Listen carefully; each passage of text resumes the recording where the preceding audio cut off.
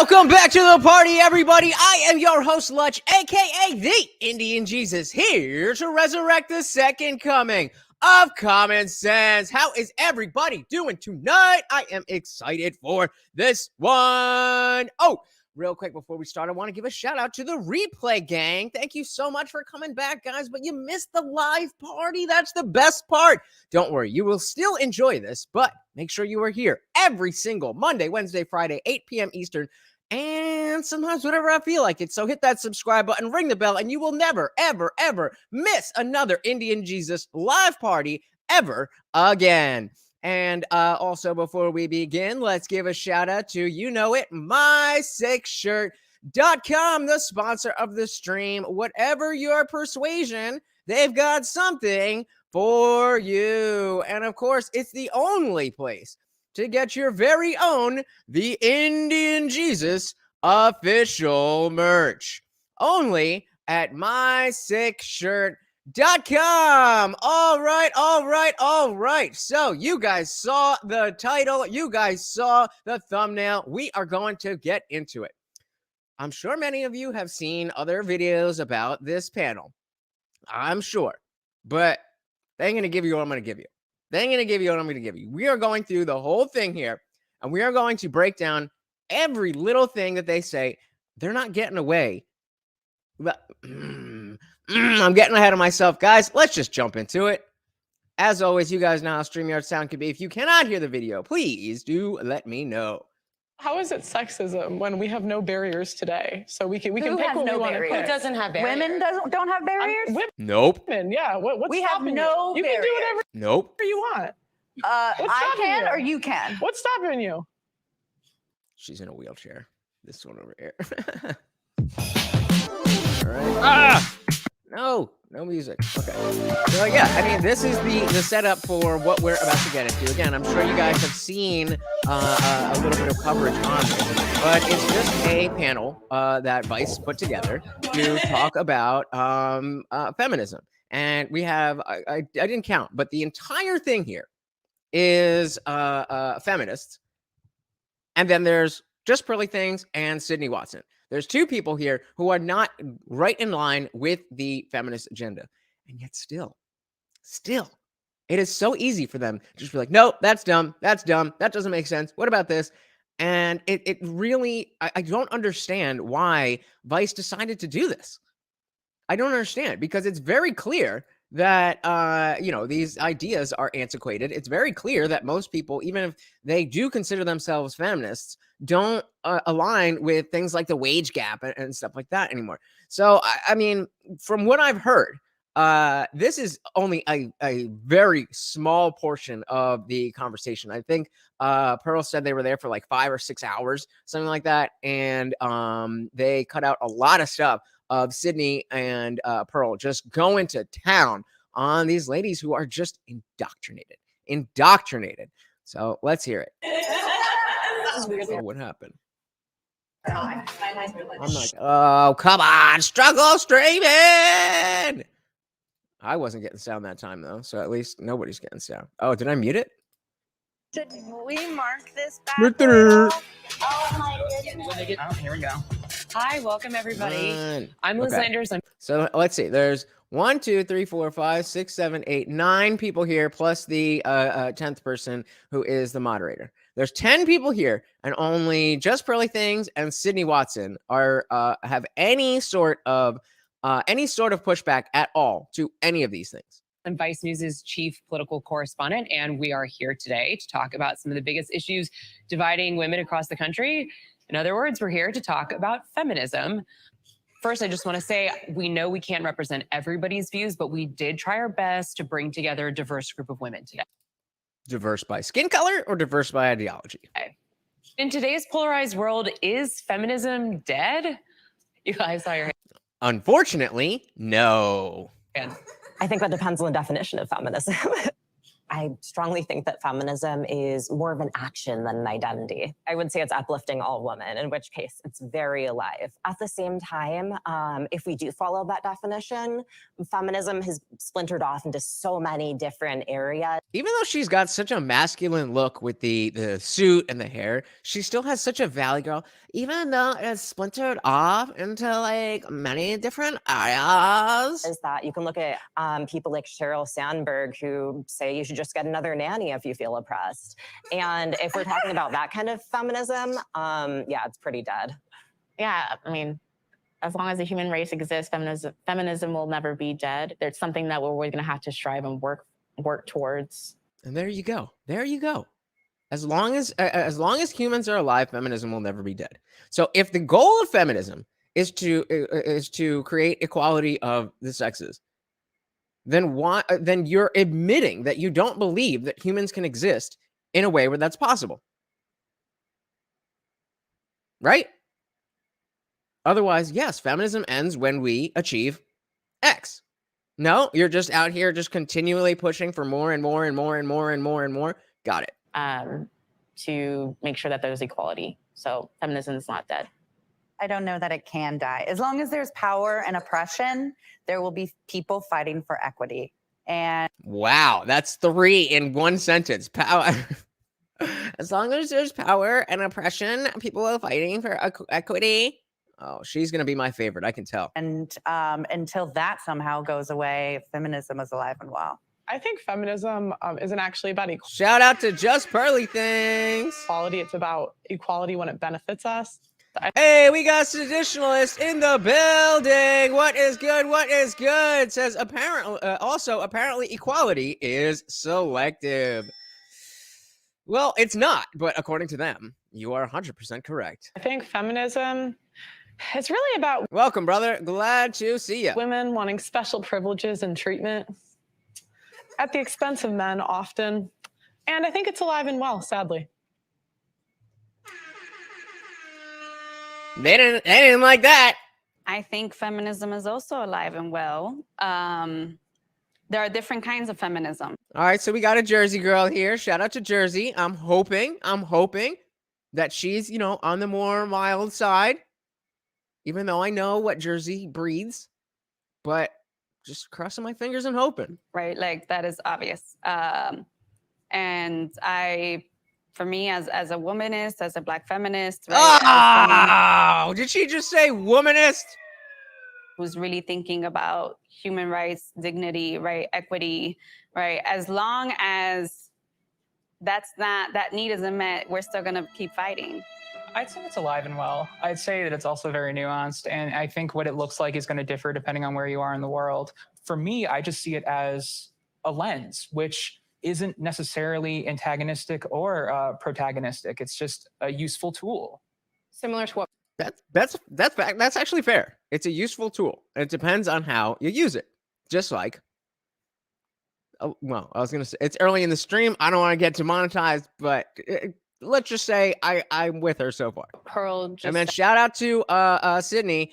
She is one of the other people here. If you're not familiar, she's a political commentator who does a lot of cool things. And she was the one where, if you remember Jack Murphy and his unraveling, that was on her show. So shouts to Sydney. I find that a lot of feminist ideology and thought today feels more of like a supremacist movement rather than something that is supposed to be advancing the goals of equality. I don't think that we can really term what's going on as feminism because it looks so different to, I think, the earlier feminist movements. So in that way, I would say it's taken its last breaths of life. It's dying. Yes. Yeah, I definitely think it's getting more and more radicalized for sure. So it's definitely still alive. Okay, so even from Cali, where we got a woman saying that feminism's getting that it's getting what did you say? I'm blanking. You know what I mean? More extreme. So all right, we got a decent panel here. I think I'll preface and say that I don't know so much about modern Western feminism, and there might be a lot of terms that I don't know, like political jargon and stuff. They will use that against you. Oh, wait, you're a woman and you believe you're on their side. So no, they're going to use that for you. But I believe in the advancement of women, whoever considers themselves a woman. I think there's a deficiency in society. So it's deeply rooted that feminism has always existed. I think America's a little obsessed with themselves, and it's like always feminism is rooted in America. And like, oh, white women started it. And it's kind of offensive because for thousands of years, women have been dying for their rights. I think as a Black woman specifically, when you talk about feminism, yeah, the mainstream first thing you think about is a certain type of feminism that. So actually, I meant to do this before I double check, but the poll that I have up, is there anywhere in the world that feminism is relevant? The reason I asked that question is because for those of you who know me, certainly in America, it is not relevant. Certainly in places like Canada or the UK, it is not relevant. But as the last woman was just speaking about, there's a lot of places in the world, a lot of them controlled by theologies and religious dogma, where absolutely the idea of women having equal rights is not something that's already the case. And so the fact that we see 75% of you say there's nowhere in the world, there's nowhere in the world. What about, you ever been to Saudi Arabia? Go check out what they're doing in Iran. Now, you guys know me. You guys know me. I'm not out here trying to talk about how we need to make sure that women are, safe space, whatever. I'm talking about women need to be able to not be paid and then, taken to court and stoned to death because that's what they did. Like, that's the type of the world that a lot of women actually do live in. Unlike America, that's their reality. Not here, though.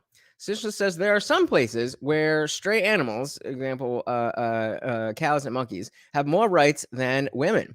Yep. Welcome, No Freedoms. What is good? What is good? Says this is why I don't listen or respect women at all. Most of them are, as Freedom says, worthless and have nothing important to say. I will have to strongly disagree with you there. There's a lot of women I know that say a lot smarter things than you, but that's okay. And hopefully this will change your mind a little bit. That tends to exclude. But welcome to the party. Still, even today, even with intersectional feminism, exclude African-American women. And it's always kind of done that. And also like, upper middle class white women has predominantly been the face of what we quote unquote consider feminism. I think she didn't just say anything. All she said was a bunch of buzzwords. If it was the fact that it's going to happen over and over and over again is the only reason that I'm not going back and trying to actually break down exactly what she did say.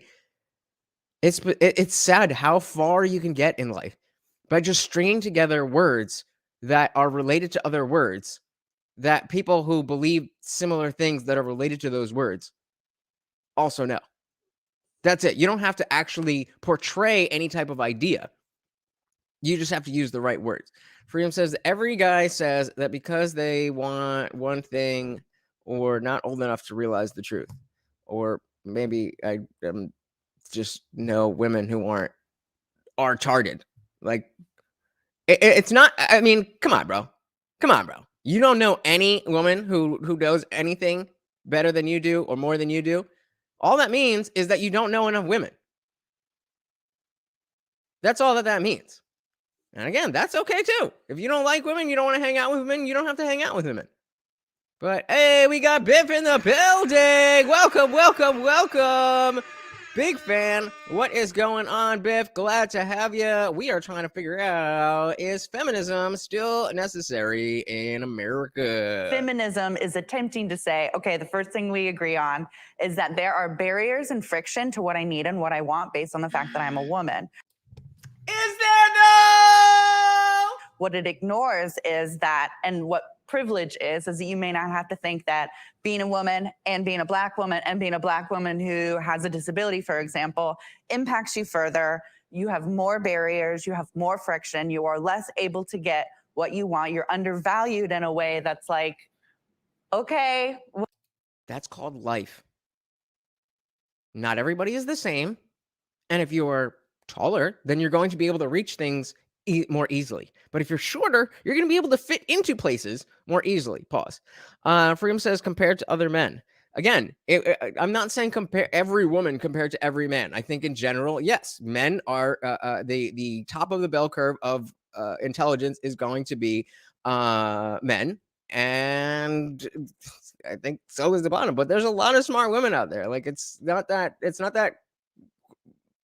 like I'm some simp for saying women have intelligence and women should be able to vote.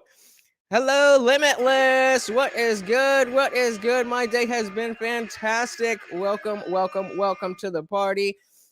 Dave said, oh, that's Beth. Welcome back, Beth. Said, sorry, over button. Women are magicians. They have the superpower of creating and molding lives. Exactly. And it's not that hard to take the inadequacies that women have and step away from that and look at things that they can do. It's not that complicated. And when you pigeonhole yourself into women bad, then you just sound like a moron. That's it. Sishan says, not getting what you want and being undervalued. Welcome to the world. Yep. But because she's a woman and because she's disabled, it's a problem with society. It's like, or maybe stairs are just economical. For those of us who have legs, obviously. But yes. Hold on. Oh, Jesus. Hold on. Yeah. Freedom says, again, men are smarter and most women are smart as bricks. Yeah, bro. Just like talk to more women. It's talk to more women. Well, that's life. That's what I mean by equity, and that we're able to, without friction, all get the same needs met. Yeah. Yep. Yeah. See, I disagree with that. I think life is easier if you're a girl. Actually, Yeah, I think there's a lot of benefits. There we go. Our girl up I'm here. not going to speak anything Our girl up in the front was agreeing with that. to race. I'm just talking about gender specifically. It's usually like an excuse. Like, honestly, I think as a girl, you have equal opportunity in the world. I think there's benefits. Like, for example, we have quotas. Oh, she's mad. Yo, did you see that lip quiver? Oh my God, look at this. Honestly, I think as a girl, you have equal opportunity in the world. I think there's benefits. Like, for example, we have quotas for women in specific jobs that are given to us that aren't given to men. So yeah, I would say it's easier being a girl. Just from a viewpoint over here, though, it seems there's a lot of pretty privilege in what you're saying, and that For Pearl, pretty privilege. I mean, she's not ugly. Pretty privilege. you're white and you present. Do you in think a- I'm pretty? Thank you. I think that you present in a way that beauty standards have accepted, and think? so What? You have presented in a way that beauty standards have accepted. What does that mean? What does that mean? Like, what is the beauty standard dictated that is acceptable and not acceptable that she has done or has not done? She's not a typically like IG model looking type girl. She's just a plain Jane. I mean, she's not unattractive, but she's just kind of a regular girl. So what has she done that the beauty standards have accepted? Like, what does that mean? Hey, we got I am in the building. Welcome. And so the lardass is not seen as attractive. Well, depends on who you talk to. Because if you're talking about this one, then body positivity, it don't matter if she don't have legs. She is beautiful. Beautiful at any size, missing any parts. They call me ugly on Welcome, the internet brother. all the time. They be roasting me daily. I swear to God. I don't mean to say I think you're gorge. I just mean that there a certain value that we give to certain bodies. I mean, let's also dig into why these quotas exist and why these, what you're calling because we privileges want special exist. treatment. No, but it's because there have historically and presently in most jobs been fewer women. And because of. And why is that? Why has there been fewer women? Before we dive into that, Sishan says it means that the feminists accidentally give another point that proves that women have a more easier life as long as they're pretty. Facts. Yeah. Definitely if you are fat, then don't eat. Good advice. So let's back this up 1 second because she's making a claim. And you know what happens when you make a claim? You got to back it up. Otherwise, you are just saying things. Let's see exactly what was exist and why these what you're called quotas exist. Because we want special treatment. no, but it's because there have historically and presently in most jobs been Would you be surprised? fewer women and because of sexism. How is it sexism when we have no barriers today? So we can pick has what no we want to barriers? pick. It doesn't have barriers. Women don't have barriers. So again, sorry, I just realized I was this big. Notice how we got to give her a name. I don't feel comfortable calling her lard ass. So how about we call her Legless? Legless over here is saying that there's no barriers. She's saying she does have barriers.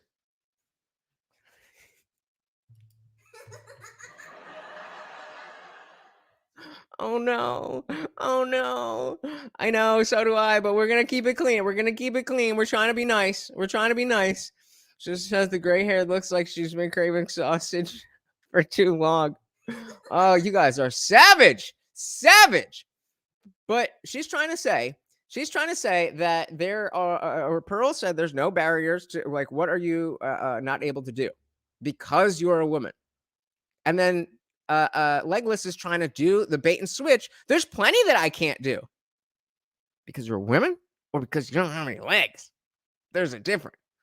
Hey, we got Mike in the building. Stubbs, I do like that. All right, Stubbs, that's better than Legless because that could be ableist. We don't want to be ableist. But Stubbs over here is doing the old bait and switch. Eminem says there's no barriers to an all. Oh, savage! Women, yeah. What's We have stopping no you? You can do. Yeah. So let's make sure we get. Because of sexism. How is it sexism when we have no barriers today? So we can Who pick has what no we want to barriers? It pick. doesn't have barriers. Women don't have barriers. Exactly. Women do What's not have stopping barriers. No you? You can do barriers. whatever you want. What's I stopping can you? or you can. What's stopping you? As a woman. As a woman. As a woman. That ignores a lot that I'm a woman with a disability. So there's Right, but we're not fucking talking about that. We are not talking about disabilities and ableism, and we're talking about men versus women. Nobody has even brought up gender. Nobody has even brought up men except to say that men are bad. All right, I'm with you, but come on, it's making me look bad. My ball was up. stopping me that you don't have to think about. Well, as I You don't said have to before, I'm think about. speaking about women. I'm not. You're I'm speaking not, you're speaking for yourself. You're speaking as An able-bodied white woman. woman. I That is understand, white. of Represents course. why. So are you, the one who just said that. She's like, you're speaking as an able-bodied woman. Here I am, abled and bodied. Of course, there's going to be other. So she says being thick, both physically or mentally, isn't a disability. I'm with that. All right, where are my mods? I gave mod powers to nobody that's here. Hold on. Jesus Christ. You fucking simps will work on all that shit. Barriers if you're disabled, I'm sure. Like I'm talking about as a woman. So you're I just would going to agree. ignore White the women pay have it gap. easier. Yes, I would agree. What? There we go. End of conversation. The one over here on the end, she's like, women have it easier. I agree. Okay, great. Guys, thank you so much for partying with me. I hope you had a good time. You're just going to ignore the pay gap. Hey, we got Dan in the we got Dan in the building. Welcome. Is being fat a disability? No, I don't believe being fat is a disability. Unless, well, it depends on what we're talking about. Does it disable your ability to do certain things? Sure. Is it the same thing as not having legs? No. We're not playing that game. We're not playing that game. It's not a disability in the sense that something outside of your power has happened to you that doesn't allow you to do the things that any other able-bodied person would do. That's not having legs. That's not being fat. Mike says, Pearl's speaking for herself, but they're all speaking for women. Yeah, I thought that was the point. Like, how dare you speak for all women at a feminist panel? How dare you? Regulation over bodies. pay gap has been proven and the pay gap doesn't endlessly, exist, my friend. It doesn't. That's so It's funny. the industries that women pick. Let's talk about There's it. a pay gap, but it's because women don't want to do the hardest industries. I don't think it's that simple. I think that's an It is that simple though. oversimplification. I think the fact of the matter is that women structure their lives differently to men. Men don't give birth. Men don't have to carry pregnancies. Men don't have to be the primary caregiver most of the time. Women also don't hold jobs for as long as men do. They often will stop and start. They'll go back into work. They'll take time off. They'll take part-time jobs. The way that men work and women work are astronomically different. And to try to say that they're comparable is where this issue comes from. They're not comparable. Two things. First of all, So that is 100% completely, and that is accurate. That is the reality of why we do, in fact, see a wage gap. There is a wage gap. There is a wage gap. But it's not due to sexism. It's due to things like everything that she just listed. Oh, we got that one. And well, you would think that would be obvious. But it's 2023, baby. You gotta make sure it's known that you don't think this stuff. I am that I said, notice the pretty women don't complain. I guess getting laid helps. Well, again, even like Pearl, like I mean, certainly, I'm not trying to say anything negative about Pearl when I say this, but she's very, she's not some Instagram model, like, and neither is Sydney for that matter. They're both attractive in their own right, but like, they're just normal looking girls. They're just not feminist looking girls.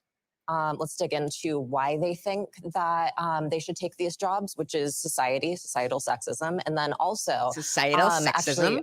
Actually, so can you define societal sexism for me? No? Oh, okay. So this one says, I agree. The wage gap should be canceled. I want to go back to working 12 hours a week, but Bezos earns a couple million a minute, and so should I. Well, when you have a company as effective and profitable as Amazon, then yes. But I don't think you do you? Department of Labor, all statistics, at least speaking in the US, have found that when compared for the same jobs, there still is a pay gap, particularly when it pertains to race. Because 60% of women have never asked for a raise. So how can you complain about your pay if you don't ask? Why are they not? Wait, what happens when women ask for a raise? Sorry, I've been wanting to say something, but I want to be respectful. I don't want to interrupt people, and I want to let them finish their thoughts. Jump in, But go through the wall. It is a very privileged label, right, to be able to say that you're feminist. Right. And I say that because I come from a working class background of Dominican immigrant parents. Why is that always a fucking thing? I don't fucking care.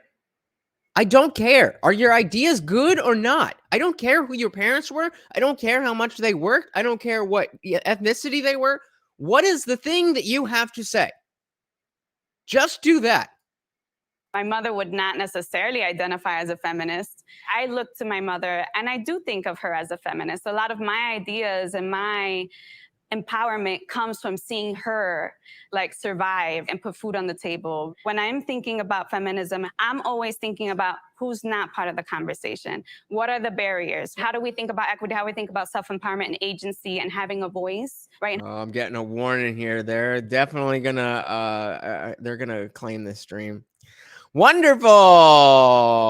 So if you'd like to help out the channel, please do so, because this definitely will not be monetized. Having choice and thinking about our basic human rights, education, access to health. Facts, Mike. This is all she's saying now. This is all that she and the rest of them. This is what they're doing. And they're all trying to say, well, I've been oppressed more than you, and I've had to deal with this, and I've had to deal with this, and this. Well, you only had to deal with this and this, and I'm not saying that, but I've had it worse, and therefore my opinion, my ideas should be taken more seriously because of the trauma that I've been through. How does that make sense? Circle that square. Homes, like having bread, having food, and those things are very important, right? And they're at the crux, right, of what a lot of us here know that we need. It's like there are the barriers, right, that we constantly ignore that are very much systemic and microaggressive, right? We see them and experience them every day. Like what in the US? So, like what? What would you like to know an example of? So be I know specific. you said that there's like barriers. I want to know what barriers in the U.S. today as a woman. Well, as a woman or as a woman of color? Let's be specific. As a woman, I said and we as don't. a woman. Well, no, I can't answer as a woman. I 'cause I'm just feel not like a your woman. question. Hey, we got indie film in the building. What is good? What is good? Said good evening. I've watched some of this already. I can't handle much more. God bless Sydney and Pearl. Definitely, definitely. The rest do not live in reality. But unfortunately, the rest of them is really much more representative of the people who are out there walking around doing everything that just walking around and voting. That's the sad part, and that's why this is important. That's why, as frustrating as it is, we have to sit here and understand what it is that they are saying, what it is that they believe still, even if it's the same shit that they've been talking about for 15 years. If we don't want to be the leftists who think that if anybody who doesn't agree with us is evil and should die, then we have to be better than them. Right? Kind of hostile when you're like, there are no barriers to what I want. Congratulations. That means you have the privilege where you're not facing any friction, and that's showing. And I feel like it's I think as an American, you're very privileged. I'm not ignoring that. As an American, you are the most privileged. Or like a basic. Sishless here says, the sister of my neighbor's grandparents, their brother-in-law, how about just a dude was married to the descendant of a native colonizer of Australia, and they're just yeah, that's it. That's their mindset. Level of what I mean, the feminist movement is when it comes to just being born a woman, right? Physically, pound for pound, we are born as women and we have pound for pound less lean muscle mass than men. So there are issues of violence and assault and stuff like that. And so therefore, there are policies, there are things to help women physically, like, for example, I believe being able to carry a firearm and being able to use that safely to defend yourself against men who are born naturally with more muscle mass than a woman. Okay, so we got somebody talking about gun rights. All right, I'm with that. I'm with that. We're getting they said in the beginning they got a diverse cast. The fact that there's only 2 people here who are not in line with the entire thing of feminism is whatever. But we have people here who are disabled. We have people here of different races. We have people here of different genders, and we have people here who are actually of different ideologies. Because I don't think that aside, I don't know what's good with Pearl. I don't know whether Sydney has a gun or is a gun owner, but certainly is in favor of it. Other than that, I doubt anybody else on there has any type of firearm. I keep hearing the term equity. What would a world that has equity look like? Like, would it be 50% of everyone in the same jobs? Would it be like prison, 50%? That's equality. 50%. So what does equity look like? What a horrible thing. That's equality. Like, whoa. Don't confuse what we're saying with this ugly, awful thing, saying that everybody gets treated equally. That's, whoa. Equity is generally described as a state of fairness because historically a lot of people have been arguing for equality, but what does that give us? Equity is inherently, by its definition, the opposite of fairness. If everybody has the same outcome, because that's what equity means, is providing the same outcome for everybody. If some people work harder, what is fair, that's the word that Megan Rapin over here just used, is that the harder you work, the more you get. The less you work, the less you get. The smarter you are, the more you're rewarded. All of these things are directly in line. But just because you're not smart and you're not pretty and you're not whatever, you don't get to be at the top. And you don't like that. So instead of making yourself better, you're just going to whine and complain and steal from other people. Who's the guy in the red dress? I don't remember a guy in a red dress. Guy in a red dress. Sorry, I don't remember a guy in a red dress. Freedom says, no, just thing as fair. You are not rewarded by your effort. Okay. 0.5 of the 1% being women. This doesn't really do anything for us. And so, okay, so if 0.5 of the 1% is women, why is that? Is that because women aren't working as many hours or working the type of jobs that would get them the amount of money and things like that? Oh, it is. Okay, so we don't have an issue then. people have talked about equity instead, which is instead of sameness, it's fairness. And this would mean that we were Again, no. This is the semantic obfuscation, guys. This is the semantic obfuscation happening right in front of your face. She's trying to say instead of sameness, what is equity? Where everybody gets the exact same thing? It's fairness. Where even though you worked harder, you get the exact same as I do. That's the fucking bullshit. That is the semantic obfuscation that I never stop talking about.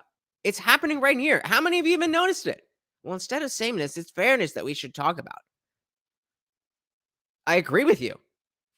But you were just talking about equity, which is sameness. Hey, we got JM in the building. What is good? What is good? Said growing out that hair would make her look better. I think that goes for every woman ever. But that's just my personal opinion. Welcome, GM. Welcome to the party. Glad you are here. Session says, looking at life expectancy rates, there's definitely an inequality between men and women that needs to get fixed. Yeah, we need to, wait a minute. That sounds like remove systemic barriers to engage in society, not just for women, but also for everyone. So which barriers? Those barriers that you don't believe in. I do. For you to have a again, just like with the atheist, just give me a barrier. What is the barrier? bunch of ramps in your life, it doesn't do shit. I need those ramps, right? Can we stick to Not because you are a woman, it's because you don't fucking have legs. male versus female? That's my question. So I'm thinking male versus female. But my feminism includes ability, it includes race. Question. My feminism includes my inability to eat spaghetti on a white plate and it has to be a red plate. So because that's a thing, then that's feminism. That's not what words mean. Any Film says Jordan Peterson had a great line asking if we should have women garbage collectors. Sure, why not? If they want to be. But they don't. Day says I can agree with her on some levels because sometimes people that put that work in or not being rewarded the same as people who have connections. I mean, you are correct. It's not a completely fair system, but that system doesn't exist. So what we want is to get as close to fairness as possible. And equity is not it. So Dave, very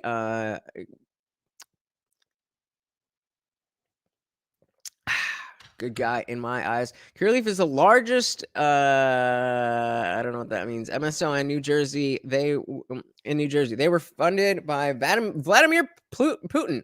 Social equity programs are helping me and my partner open up a dispensary to compete.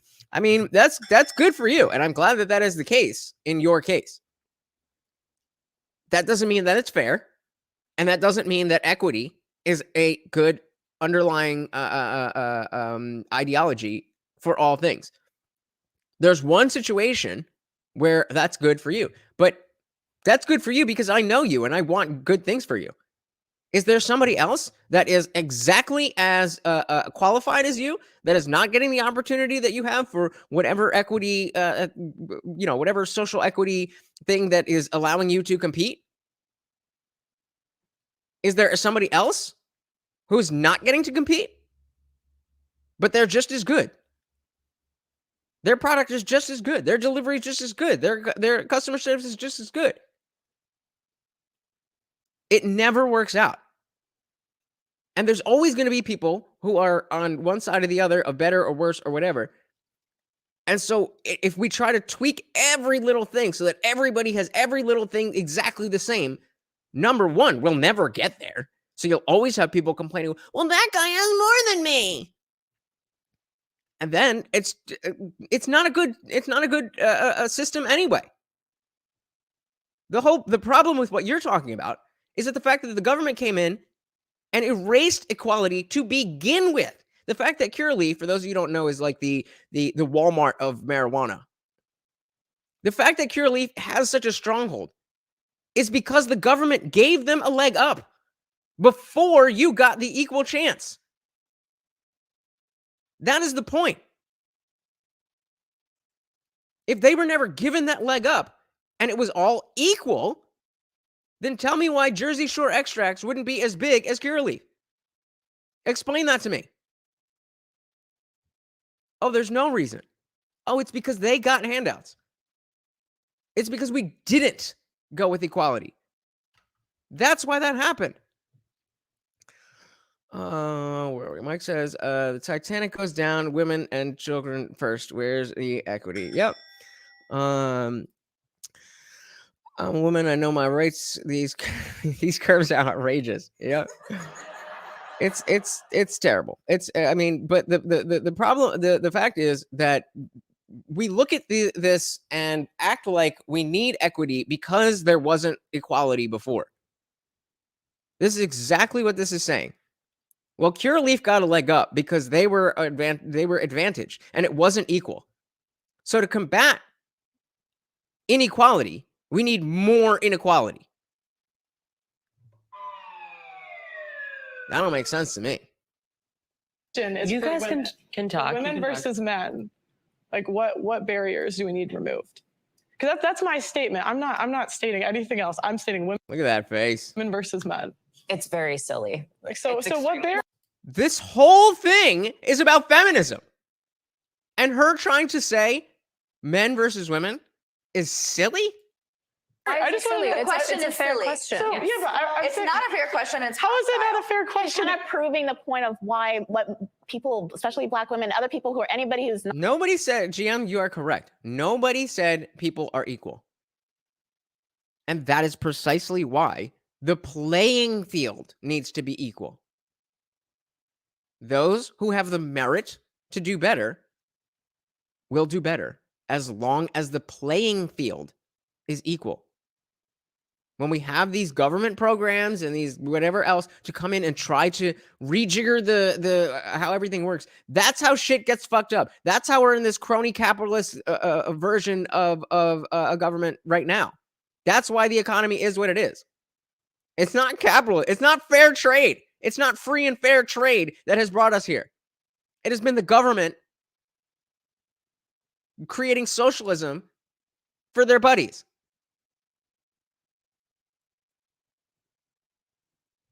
That's exactly what we're talking about.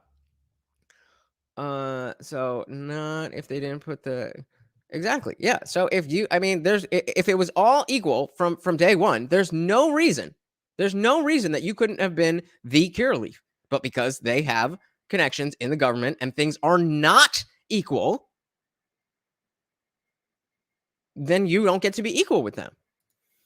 Dan goes on to say, I agree with equity programs when we're talking about classism. I'm not okay with equity programs when we're talking about race, color, and creed. So that brings up a fantastic point, because we definitely do have a socioeconomic issue in this country. So if we're going to talk about tipping the scales on a metric that we know for a fact is an issue, then that's very different. I still think that that equality is a starting point that we should always want to come from. But because of what I said, that it's already not equal, then if we're going to go to equity, this is the only way that it makes sense to me. Yeah, exactly. Equality of opportunity, not equality of outcome. Hey, we got Butcher Pete in the building. Welcome, welcome, welcome. Says the problem is that these woke activists have to have some battle to fight, or they are forced to realize that they have personal problems they need to fix. Exactly, Butcher Pete. You are 100% correct. She said it herself, the one on screen right now. She said, feminism, as long as humans are alive, feminism will never be done. Why is that?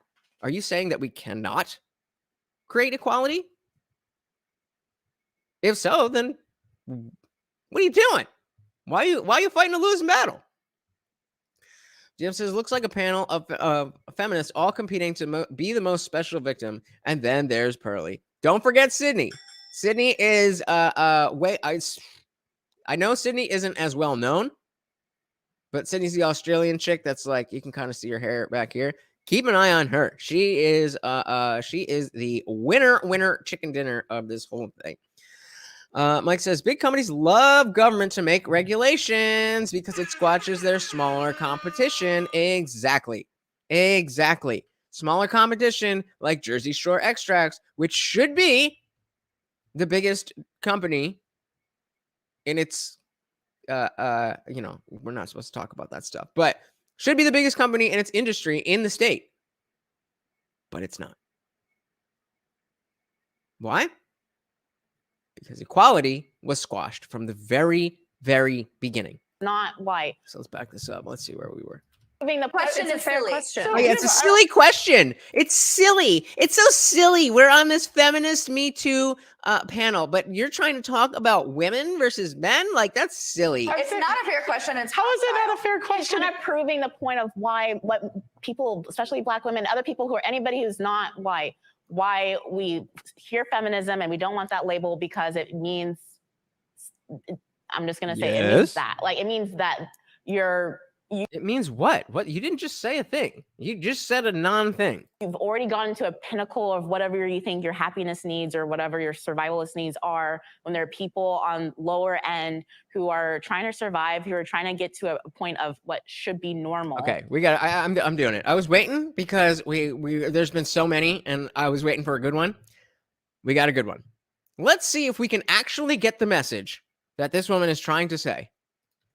Because remember, Pearl asked about why can't we keep this with just men versus women. Jim, I'm going to come back to your. Well, actually, no. Saying feminism is death cult. They won't stop till reproduction of people stops and everyone is dead. Definitely agree with that.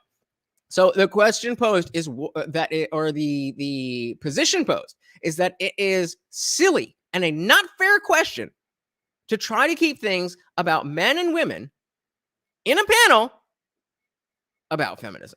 You think your happiness needs or whatever your survivalist needs are, when there are people on lower end who are trying to survive, who are trying to get to a point of what should be normal. Okay, so you have people at different levels, and there's some people that are on lower levels trying to survive. Okay, and what should be normal. Okay, got that. Based on what other people have. It sort of sounds like you're saying feminism is not always inclusive. I didn't go back. Let me try that again. It means that label because anybody. Not a fair question. Kind of proving the point of why what people, especially Black women, other people who are anybody who's not white. Okay, so anybody who's not white. Why we hear feminism and we don't want that label because it means. So people who are not white don't want the title feminism, even though they're all fighting for feminism. But let's just take the statement as it is. Those who are not white don't want that label because it means. I'm just gonna say it means that. Like, it means that you're. It means that. What? Okay, it means that. It means men versus women, I guess? Is that what you're saying? You've already gotten to a pinnacle of whatever you think your happiness needs or whatever your survivalist needs are. You've been to the pinnacle of your survivalist or happiness needs. Nope, I'm lost. When there are people on lower end who are trying to survive, who are trying to get to a point of what should be normal, based on what other people have. It sort of sounds like you're. What are we doing? What are we doing? Butcher Pete says Pearl is an OG and absolutely obliterated these other ladies. Facts. James says the racist group of people I've come across in America are the black feminists. Ooh, hot take there. Hot take there. Ooh, can you give some evidence? I like that. I like that take. I like that take. Let's hear some more. Any Film says, funny how the chick on the left starts nodding her head in approval as she says, not white. It's like she hasn't even said anything yet. Yeah, I mean, they're just there to be. It's girl code. These two girls are not part of our group. So whatever we have to say, it doesn't have to make sense. We just have to make sure that we're a group and them twos is not part of our group. Okay. Yeah, she definitely needs a Xanax. Definitely. You're saying feminism is not always inclusive then. Right. It's most of the time it's not inclusive. It's more times than not it's not. So and within the just feminism space, again, there obviously the very basic is male versus female versus, but unfortunately we've what is this in response to? I thought you agreed with what was being said because you didn't agree with the original question, and this woman and the moderator have come in and said, "Oh, okay, I'm so confused. I'm so confused. What? Let me just. All right, I don't like doing this too much. But. So it's most of the time it's not inclusive. It's more times than not it's not. So and within the just. I would agree. I think that it's not about being inclusive. It's about women. So if you're talking about ableism and racism and trans stuff and intersectionality, that's not what feminism ever was supposed to be about. You might want it to be that now, and that's fair. You can want whatever the fuck you want. But words mean things. Feminism space, again, there obviously the very basic is male versus female versus, but unfortunately, we've only had one subset of women be the face and voice and the academics and research and everything. And it was the white women, and therefore, as a black woman, I don't like feminism because feminism is only about white women. I guarantee you that's where she's going. I guarantee you that's where she's going. Butcher Pete says you're confused because what they're saying are these pointless drain circling arguments that they're just patterning. Unfortunately, you are correct. Unfortunately, you are correct. Seditionist says, quote, somebody has more than me, and life expects me to struggle and fight to get the same. That's a barrier, but I don't have the balls to deal with it. So society needs to change. This is really what, not just these women, not just so many women, but a lot of men think this way as well. The next thing that we're going to cover, I don't know if you saw it today. Jubilee did a thing. Don't watch it yet. Watch it with me. But Jubilee did a male feminist versus male anti-feminist. We covering that, and it's going to be fun. Because that one, at least the men were able to have direct conversations and confrontations, whereas they're all trying to dance around each other. It's cute, but it's not really doing much. Jim says, yeah, that's what the feminists say to no freedoms. It's the white and bad narrative. You do know that the radical lesbian feminists started that, right? Yep. Everything to be able to say, well, that's the standard we need to be in, when there are other people who are still trying to get to some type of normalcy and just living. What is the biggest issue then that feminism faces? I think it's the feminists mindset. Women Am I wrong? Am I wrong? The biggest issue that equality for women faces are those that fight for it. taking like the agency, women taking initiative. I think it's mindset holding them back a lot, because if you want to be in a competitive world and compete, you have to have the right mindset. And I think a lot of people blame their lack of confidence or what society tells them for the reason that they're not achieving what they need to achieve, when that's not the case. You have to have the mindset of achieving, because the men who built the world had the mindset of building it. So the women who want to engage and build that There you further, go. they need to have that same mindset. There you go. So we got somebody else who I'm still trying to get a read on her, but she's saying like things happen because people wanted them to happen. The things that aren't happening because people don't want them bad enough to go out and do them. Like, I'm with you. I don't understand a goddamn word that last lady just said. James says, I don't see a difference between male and female feminists. They both hate men. Yeah, but I understand why a woman is a feminist. That makes sense to me. I mean, I guess it makes sense to me why, a man's a feminist too. But like the concept of a guy actually genuinely being a male feminist does not make sense to me. Because it's not about equality. It's not about anything except leveraging everything that is different between the sexes and labeling all of that oppression. And you agree, disagree, whatever, you are still a man. And by being that man, your existence is contributing to that difference.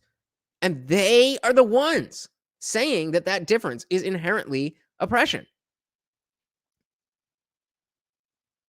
So, I mean, I guess it's like the white guilt people who will like kiss the feet of black people just because they're black. And be like, oh, I just want to say that, I'm sorry for my ancestors, even though I'm Irish and my grandparents came here 30 years ago. I just want to say I'm sorry. Like, what are you doing? Butcher Pete says this a part of why this conversation didn't work was because they put these people in a big group and gave them a moderator to bounce off of rather than sitting in a circle and making them converse. I think that would have worked out better. Yeah, the whole thing where they're all facing forward and then there's just one chick here who isn't really directing things very well. I agree with you, Butcher Pete. That probably would have worked out better. I don't think we do. I think that's like assuming that we all want to be capitalist babies. Right. I think that men are not well adjusted in the society and women are not trying to re-embody what they have I was trying to agree with her. built for us. I think that like what we're forgetting is a very important detail, which is just like human respect and dignity. Yeah. And not asking people to prove what their experience is and to prove to you. Like it is like such conservative thinking to say like, I don't understand, explain it to me, versus just saying, I don't understand and let me respect what you are saying. Did y'all wait? Did she really just say that? Let me go back. Well, Mike, you're right there. If she just said what I think she said, my mind is blown. Let me just make sure I heard what I think I heard before I go off. Like people to prove what their experience is. Okay. What the question is about the truth. Let's just hear it. And to prove to you, like it is like such conservative thinking to say like, I don't understand, explain it to me. She did say that. The idea that you don't understand something and that you would like it explained to you, as opposed to, I don't understand, I'm just going to continue to be ignorant and dumb. That is conservative thinking to say, can you explain it to me? Conservative thinking to say, can you explain something to me that I don't understand? This is what's happening, guys. This is why they don't understand you. This is why they think you're an asshole. Because all you want is to know the truth. All you want is to understand people. All you have is empathy for others. But that's so conservative. Listen to it again. Well, what does any film say here? Take all the wealth that everybody has, distribute it evenly to the whole population. In 10 years, Bezos, Musk, and Trump will be billionaires, and I'll be living in a cozy little 2-bedroom flat. Yep. and people act like that loans and connections aside, that like people just get rich just by accident. Like, did you get rich by accident, motherfucker? That shit don't happen. Yep, conservative thinking. Listen to it again. People to prove what their experience is and to prove to you, like, it is like such conservative thinking to say, like, I don't understand, explain it to me, versus just saying, I don't understand and let me respect what you are saying. It's crazy to me. It is like such conservative thinking to say, like, I don't understand, explain it to me, versus just saying, I don't understand and let me respect what you are saying. I mean, I wish I had better commentary on that, because it is fascinating to me that you could say that out loud on camera in front of other people and think that that was a good thing to say. She sat there and thought about that while the others were talking and then said that as if she had something. She thought she done did something. And you're damn right she did. Like, I mean, okay, like, let people show their true colors. When people tell you who they are, listen. GM says, they, them, those feminists just like to say words that they can't explain. She is an idiot. We know. Yeah, I mean, it's I'm blown away. So I'm going to ask you one thing, guys. If you could do me a huge favor, huge favor. I am trying to get to that monetization point, that 1,000 subscribers. If you could do me a huge favor, there is nothing. I know I ask you about those likes all the time, and thank you so much for keeping up and hitting the like button. But if you could do me a real quick favor, that share button right there, just pop that and throw it everywhere. Facebook, Twitter, Instagram, TikTok, wherever you can post that link. Do me a favor. Just put it out there. It takes 2 seconds. By the time I'm done with this sentence, you could be already done. And then we could be having a poppin' party. So let's do it. Respecting wherever your starting point. I'm respecting that. I'm really respecting that. I'm saying that. Are you though? If you don't have the mindset you can even achieve it, you're never going to even try. So it's never. Achieve what? Like, what are we talking about? Because I feel like you projected this like capitalist ideology on every woman. Achieve whatever it is you're looking for, equality, equity. But what I'm saying is, women in the feminist space and a lot of these other spaces, we don't acknowledge. Hey, Butcher Pete, thank you so much for coming through and hanging out. I very much appreciate it. Oh, make sure you hit that subscribe button. Yeah, that is going to be the next show. I am very excited for it. Thank you for stopping by, brother. Peace. Acknowledge that we have to take the initiative. We have to take the action. We have to have the mindset. We have to demand those things. I don't understand how we're getting so off topic. This is about feminism today, whereas everybody wants to make this about their individual, here are all the multitude of other things that factor into my person. Great. This is about feminism. It's about womanhood. I understand that all of you have your own individual experiences and the other things that feed into you as a person. That's perfectly fine. But this is where intersectionality falls off the planet and loses, I would argue, probably the vast majority of people, including me. I'm not even a feminist. I don't give a crap about feminists arguing amongst themselves about who's the most victimized. But this is annoying to listen to. This is, again, if you're not sure, that's Sydney. This is Sydney. Go, win off. I honestly I don't understand anything anybody's even trying to get at. Me neither. That's a great point. What are y'all even trying to say? What are y'all trying to say? This is the 15 minutes of content. 15 minutes of content that we've gone through, and nobody has made a point about anything except their own lives and what's going on in their own lives and how this doesn't work and that doesn't work and they're supposed to and feminism is supposed to be this and all of these things. We haven't even touched the topic of feminism. We haven't even touched the message of the experience of a woman living in the world versus a man living in the world. What are you all doing? What is the point of this? Chance to the loudest loser contest. I mean, Sounds like it.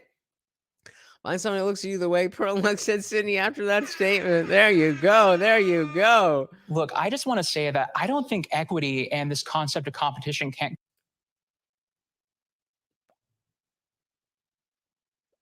Okay.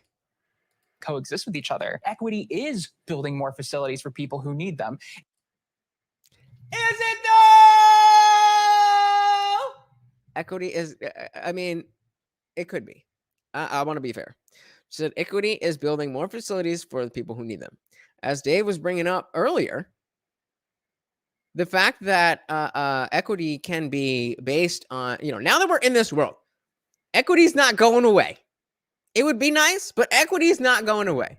So if they're gonna do equity-based shit, then it is better off that we have equity we have equity based on socioeconomic status, based on poverty level, based on income, versus equity based on skin color or immigration status or anything else. That's what we want to focus on. And so, what she's saying here is will be nice. What she's saying here. I don't disagree with that. So, okay. All right. What does it say? What does it say when on a feminist panel, aside from the obviously conservative women, that the trans woman is the one that I agree with most? It is recognizing that there are holes in the market and there's opportunities for women and feminine expansive people and meeting those opportunities. I think equity can buoy the pre-existing system that we live in a good way. And this is where we're going to get to what I think the real feminist arguments are based off of policy. And abortion is the biggest one. How many of you would identify All right. Everybody take a deep breath. Everybody take a deep breath. We're about to talk to a panel of 9 feminists, or 7 feminists in Sydney and Pearl, about porridge. pro-choice? If you're new here, that's what we call that procedure, porridge. Do a show of hands for pro-choice. I feel like pro-choice is pro-life, though. Yeah. Is it though? I don't think it is. Sounds like it's pro-porridge. Yeah. Okay, and folks who identify as pro-life? Oh, okay. So we got, wait, what is it? 1, 2, 3, 4, 5 to 4. Wait, what? That's not what it was. Because there was definitely less before. Choice. Let's do a show of hands for pro-choice. Oh, okay. She did raise her hand after. So it's Like pro-choice is pro-life, though. Yeah. so Yeah. wait, Okay, and Steve did folks who 4? identify as pro-life? Am I stupid? Oh, okay. Why do you identify as each? You've gone from legal, safe, rare to, yeah, I'm so Oh, proud. Let me 9 beatbox in months. front of the Planned Parenthood. Yeah, I got murder on my mind. The fact that it's celebrated that murdering children, especially in late-term pregnancies, is celebrated, that people are so proud of themselves from mutilating a fetus, is just, it blows my mind. And I don't think that you need to be pro-life to even take that And you stance. said late-term pregnancy. Yes. A lot of abortions do not happen. I in made the late-term distinction. pregnancy. I made the distinction Right. specific. Hey, we got salty plays in the building.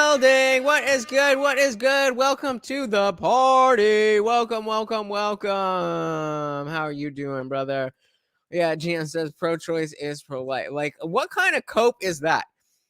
Semantic obfuscation. I kind of feel like the thing that I like is the opposite of what I like, so I'm just going to call it the opposite of what I like to make myself feel better and to make other people think that I like the thing that I don't like, and the thing that I hate is actually the thing that I'm supporting. This is feminism. This is feminism, where up can be down, life can be death, and women, sure as shit, can be men. So she says, I'm pro-choice, but I think there should be equality there too. Can you elaborate on that? Because I don't disagree with you, and I think we might have a similar position, but I don't know exactly what you mean by that. Mike says, this is supposed to be a feminist women panel. You still need a man to be on it.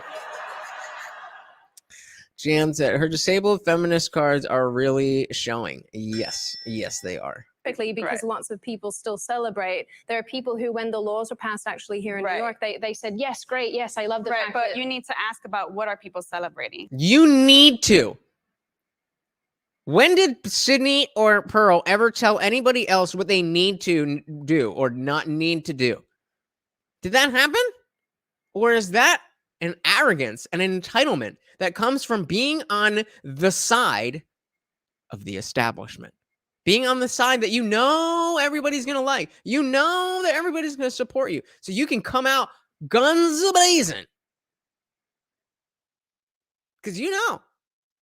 Nobody's gonna, I mean, somebody might push back, but you're not gonna be wrong. Not in their eyes. So it says if the male partner doesn't want the child, or does, where's his rights to that choice? So this is going off of the question. I'm pro-choice, but I think there should be equality there too. Institutional qualifies that if the male partner doesn't want the child, or does, where are his rights to that choice? I think in both cases, man or woman, that choice is done once you decide to have unprotected sex. If we're dealing with edge cases, then it gets a little more muddy. But because of the fact that that is very rarely the case when we are talking about porridge, put your dick away. If you raw dog a chick, you are telling her, hey, if this happens to turn into a pregnancy, you got it. If you are not okay with that statement, wrap your dick up. Or don't have sex. Right? They're celebrating access. We're not celebrating killing kids. Like that's not what it is. Well, so this is what I'm saying. So here's the thing. When we're talking about access to reproductive health and to abortion rights, right, and to being pro-choice, listen, that's your body, you do you. No, the child is not your... Is it though? See, this is what I mean. This is why we need to watch this. Because they don't understand that the argument is it your body or not? That is the argument. This is what we call begging the question. The question is, well, when you have a fetus in your womb, is it your body or is it somebody else's body? Well, you do whatever you want with your body. Like, no. Yes, we agree you do with whatever you want with your body. The question is the fetus your body or somebody else's body? Do what you want with your body. Get the fuck out of here. Your body. A zygote. A baby. It's so scary for me to hear people calling like guns the biggest equalizer for women, but taking their choices away from them at a policy level. Wait a minute. What? How? What? How? What? Those things were not connected. Hey, we got the morally superior vegan. Sorry. Morally superior vegan in the building, said exposing the feminists. Exactly. That's what we do over here. Welcome to the party. Anyone else says not much equity of outcome for the procedure. Unfortunately true. And that's why it's all about what works for them when it works for them. That's all it is. Mike said, if you're going to be a feminist, should you be able, if you're gonna be a feminist, should you be about the unborn woman also? Yes, you should. But it's not about women. It's about me. I happen to be a woman, but it's about me. Notice how they've been talking about women's issues. They've been talking about themselves. Fucking, what were we calling her? I forget what we call her. Stubbs over here was talking about stairs. How is that a gendered issue? You don't have legs. That is the issue. Stairs are not a sexual gender problem. I mean, am I wrong? So, I mean, yeah, I need to hear this again because I don't know what she just said. A zygote. A baby. It's so scary for me to hear people calling like guns the biggest equalizer for women. Okay, so she said it's scary for people to be calling guns the biggest equalizer. Okay, that's our first clause. Men, but taking their choices away from them at a policy level. But taking their choices away from them at a policy level. Those are not connected. It's crazy to me that people say that guns are the great equalizer, but also there's cups that work. What? What are you saying? Why is that? Having a gun is an equalizer. It is. Having rights is an equalizer. Yeah, that's Having a right. choice is Right, an equalizer. just like a gun right. And in this country, 41 forms of the birth policies control. that are pushed to continue perpetuating patriarchy and anti-women. If you say patriarchy, I automatically tune out. There, whatever you are trying to express to me when you're talking about the patriarchy, do better. Do better. Because if I talk about submitting to your man, you're not going to listen to me. And I can talk my way around that. So do better. Like taking the autonomy away from women, it is heartbreaking to see women pushing that propaganda. No, it's all brainwash. Like you, Oh, it's brainwashed because you don't agree with me. No, so because therefore I've been I'm brainwashed. I have lived deeply institutionalized. Man, I have lived under Islam. I'm not interested in any of that. Like, there's no like You're not guilt interested for in me. human No, I'm not interested in like living. thinking that like She said, I'm not interested in what? Living? Like, that's the win right there. That's the win right there. As much as we've been giving her shit, if she's pro-life here, and I probably should have paid attention when they were saying who was who, but if she's pro-life here, it's just like, don't you guys understand that the disagreements you guys have, if you could figure out those, then you would be a force to be reckoned with. And so, yeah, there's micro issues within the, the confines of feminism that not every feminist agrees on. But let's get a united front. When it comes to this, let's say that feminism stands for this. But they just, they don't know how. They don't know how. They just, I don't know. That's all. Just, I can't take any female seriously that talks down about the patriarchy or uses the word misogyny. Yeah. It shows me that you haven't explored this idea, even with yourself, far enough to be able to express it in a way that is going to make any sense. I'm sure you've talked to other people about it, which is why you're using those words. But it's I mean, same thing when you bring up the Bible. Talk about, as a Christian, get out of here. women are doing this really bad thing. Like in my religion, abortion is actually allowed. If the woman needs it, she's allowed, because, it's very interesting how like fundamental America is. Like fundamental. Speaking of which, it is a very interesting how fundamental American is. It is fundamental how America is, like, having the Second Amendment, talking about rights. What does indie film say? 2A protects the rest of the amendment. So armed women are able to protect their rights. Afghan women don't have that. On point, indie film. On point. Gian says, feminists only give off the perception of unity, but they are all self-interested puppets. That's what feminism teaches. How can I turn whatever this situation is into my victimization? Not how can I bring the women together? Not how can I reach out and connect to other women? How can I take this situation and make it better for me? Oftentimes at the expense of other women. At the expense of other women. So she says, the more buzzwords a topic has, the more bullshit it has. Exactly. This is nothing to do with like even religion. This is very conservative basic thinking. scientific human rights. We're also talking about people not having access to abortion clinics where they're doing the things themselves and they die. Right? We're also Okay, so don't do that then. Or, take a drive. There's states that you probably live in, or no, that she's from, I forget where she was from. There's states that you live in, or states that are very close to you, that are gung-ho about this. Hey, we got Jay Supreme in the building. What is good? What is good? She's just throwing out all the big words she knows.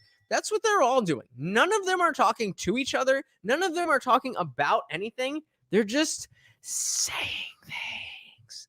Welcome, Jay Supreme. Glad to have you. Welcome. Oh, yeah, she was the Jersey one. Man.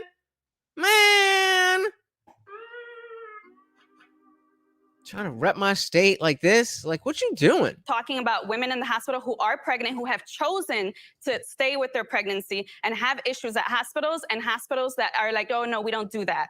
Listen, for whatever reason, you don't need to explain it to anybody, but a lot of times when we're talking about access to reproductive health, for me, I'm thinking about Black, Indigenous, people of color, particularly women and girls who are working class, who do not have even access to like proper sexual education. Why all those qualifiers? Why all those qualifiers? Are women who do not fit those categories less? Do they not deserve the same things that you're talking about? Listen to all the qualifiers she gave. This is about feminism, about being a woman. Need to explain it to anybody, but a lot of times when we're talking about access to reproductive health. So we're talking about access to reproductive health. Okay? So if you're a woman, this is regardless of where you come from or anything, this is very important for you. But listen to all of these qualifiers. For me, I'm thinking about Black, Indigenous, people of color, particularly Black, Indigenous, people of color. That's 3 people. Or that's 3 qualifiers. That's 3 layers of women who just, she don't care. She don't care. Yeah. Oh, yeah, Gina likes the, that's another lecture for me. Particularly women and girls who are working class, who do not have even access to like proper sexual education. It's the oppressive state of saying, I will force you to have a child even against your own will, right? Especially when you're thinking about. Oops. How is it that you can have a child against your own will unless you are paid? Is that physically possible? Oh, it's not. It's not physically possible. So you have to be engaged in certain activities that you understand as an adult human being who doesn't want to be talked down to and treated as a lesser person just because you're a human. Remember, we're on a feminism panel here. You chose to open your legs and let Tyrone dick you down. Was that against your will? Because if that was against your will, then bury the motherfucker. But if it wasn't against your will, then that's not what will means. Words have meanings. They are trying to change that entire, not just change the definitions of words, they are trying to change the notion that words themselves have meanings. So that they can just say whatever they want. And they can talk about, yeah, this thing that I chose to do in the heat of the moment because he just had my fucking panties dropping.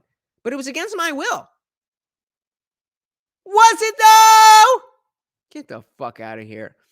Jim said BIPOC is a new term they came up with at university. I mean, it's not that new, but they did come up with it at university. She just needs to tell those hoes to keep their legs closed.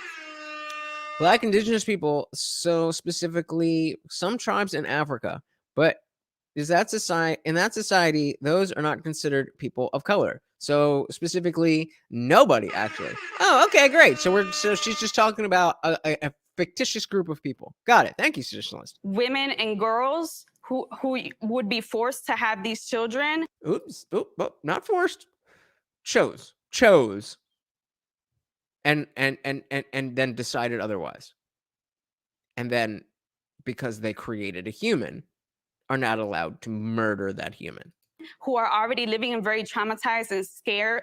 Which is exactly why they shouldn't have created a human. Scarce situations. You want to ask about barriers? That's a barrier right there.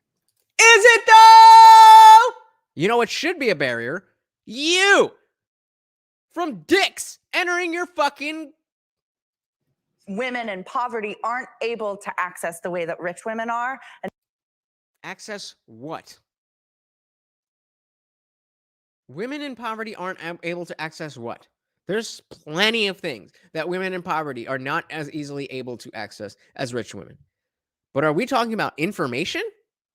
Are we talking about contraception? What are we talking about? Because again, you have made a useless statement. And no matter what happens, rich women are gonna keep getting abortions and people in poverty are gonna not.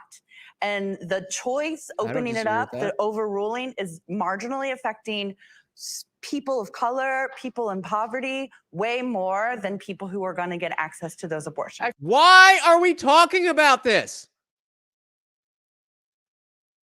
This should be about women, not about people of color. Actually incorrect. You're the misquote. There's actually more abortions for people in poverty. It's just Here we at a lower go. rate. Why do Ooh, you? she didn't like that.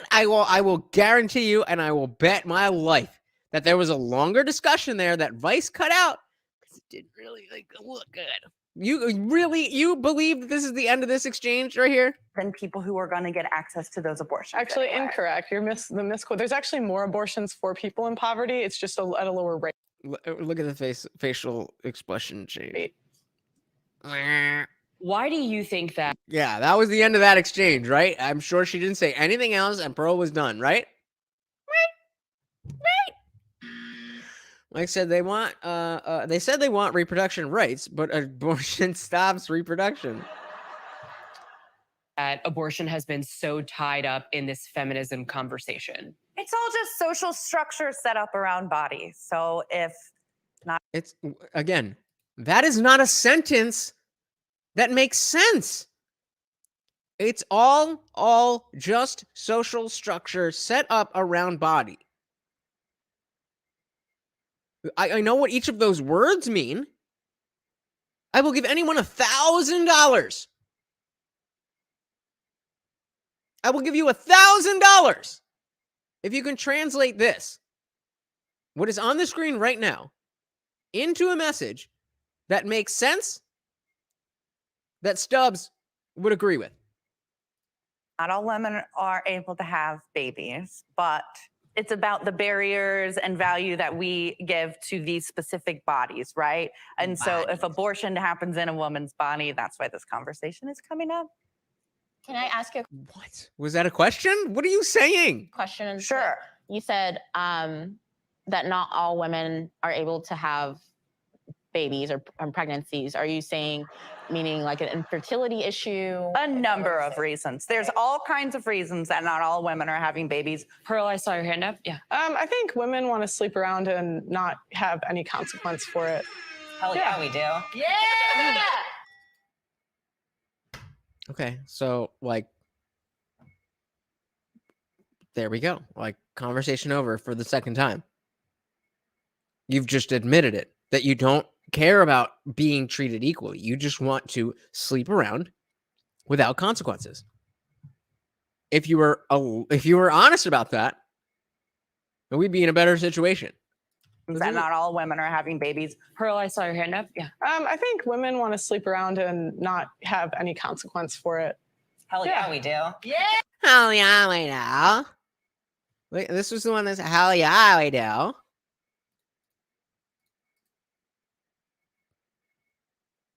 You ain't getting dicked down by nobody.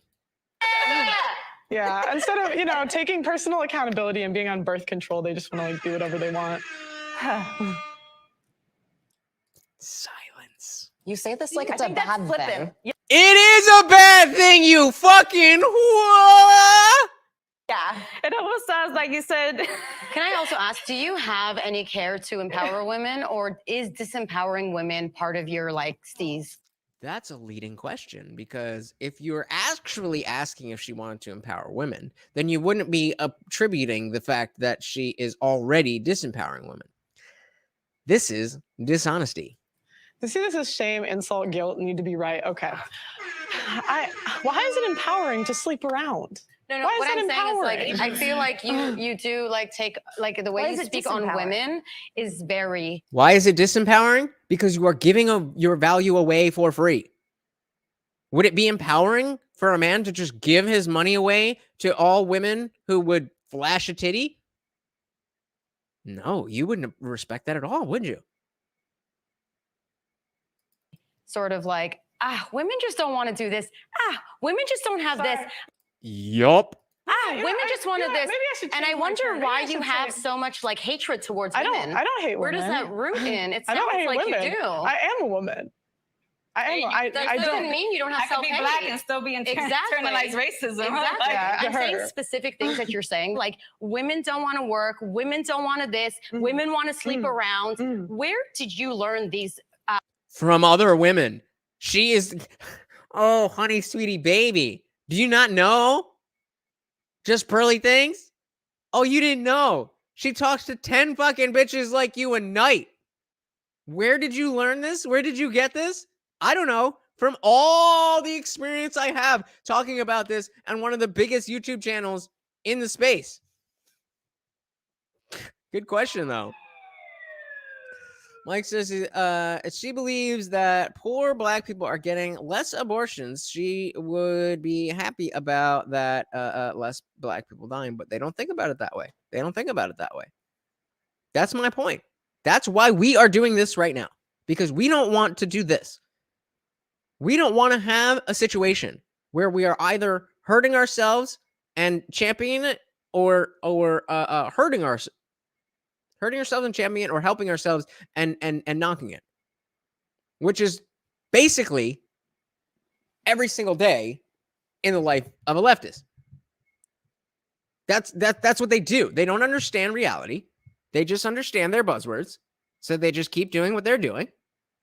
And you are right. They should be happy about less black people dying, but they just don't think, so they don't know. Jim says that chick is allergic to accountability. The self-hatred argument gets old. Yeah, I mean, it's just like the who hurt you? Like, I mean, a girl named Christine, does that help you? Like, yes, she hurt me and broke my heart and whatever. Does that change anything that I said? Oh, no. You're still a whore.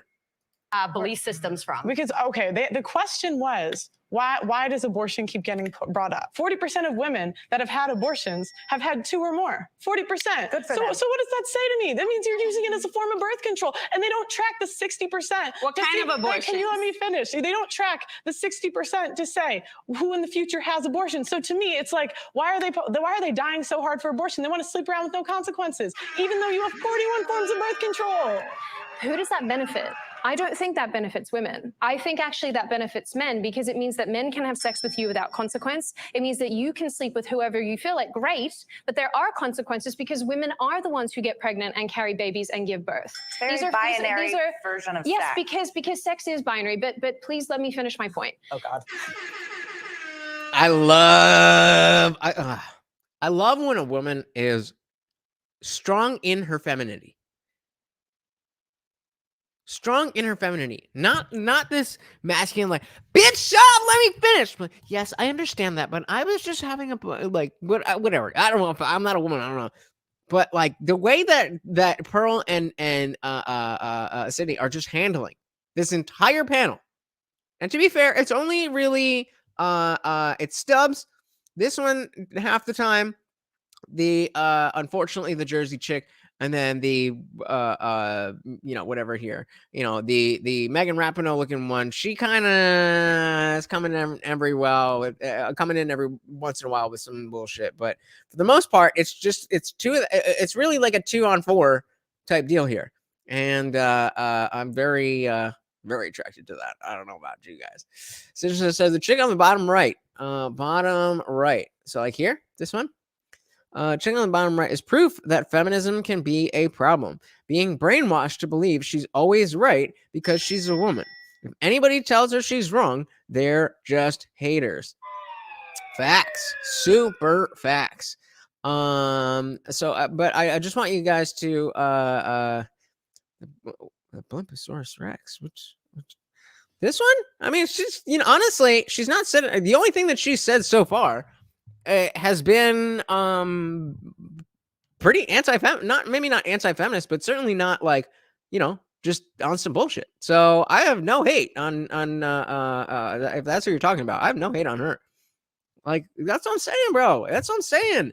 I'm here to talk about ideas. If you have shitty ideas, I want to attack the fuck out of those ideas. If you're a person I don't like, or I'm not attracted to, or I don't whatever, that's not what I'm here to critique, you know. But check this out, and this is, if this is not the kind of thing that you're looking for in women, then, you know, I'm not here to give advice, but I'm just saying Are consequences because women are the ones who get pregnant and she's being strong in her point. But peep game. carry babies and give birth. It's very binary version of yes, sex. because sex is binary. But please let me finish my point. It's tricking women into thinking that aborting a pregnancy, terminating a pregnancy, is something to be celebrated, when in reality, for a lot of women, especially those who are doing it under duress, say that they've been raped, or that, you know, in the small circumstances where something really traumatic has happened to them, that's a medical decision. Or say that they're miscarrying and then they have to, you know, have an assisted termination. That's a medical procedure. It's not a celebration of, oh, look at this. The idea, the sort of like moral setting of that it needs to be rare is, I think the delineation between that. This is something that Ben Shapiro was famous for. I don't know when it was. Somewhere around, I really don't have any idea what it was. But if you remember the line that I believe it was during the Clinton administration, Bill Clinton. Obviously Hillary hadn't had an administration, but the line for porridge was safe, legal, and rare. But then Ben Shapiro came in and it's like, okay, well, if it's not immoral, then why does it need to be rare? What's the problem with if you're already saying it needs to be rare, then you're admitting that there's a problem with it. Otherwise, just go forth and abort. So what did they do? They abandoned safe, legal, and rare, and they were just like, well, whenever. It's so sad. It's so sad, especially as somebody who I hated the GOP growing up. I was a liberal. I was against big pharma. I was for free speech. All of this stuff. How did it become something so different? How did it become so flipped upside down? How did the Republicans be the party of the common man? How did the Republicans become the party of free speech? How did this happen? And all along, these people are just being led along as if they have fish hook. These people don't have any thoughts of their own. They just... It's really depressing. It's really depressing. And it just really shows how important it is that we do what we're doing right now.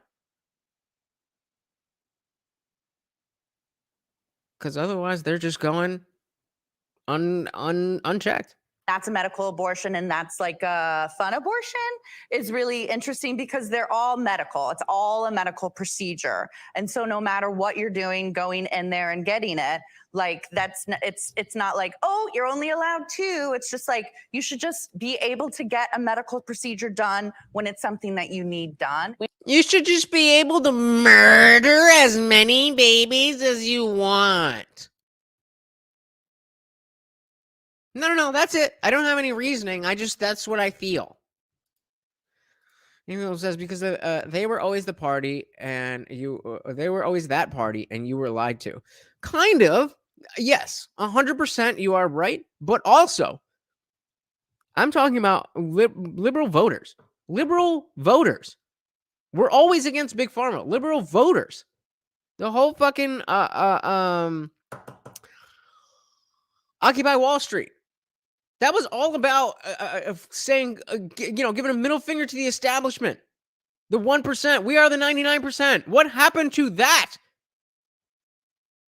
Now it's like, well,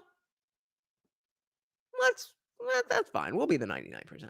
That's fine. Y'all be the 1%. That's okay. That's cool. What happened? What happened? So it says there's a difference between getting a medical procedure done that you need done and one that you want done.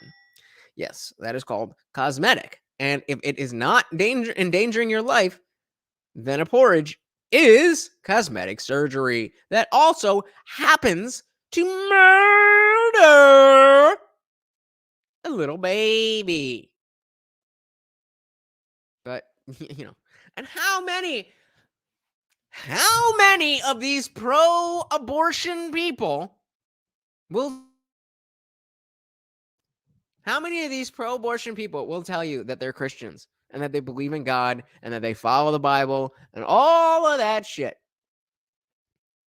And then ask me why I think religion is bullshit. Why? Because it is. We shouldn't be desensitized to. She said we shouldn't be desensitized. Bitch, you're murdering baby children.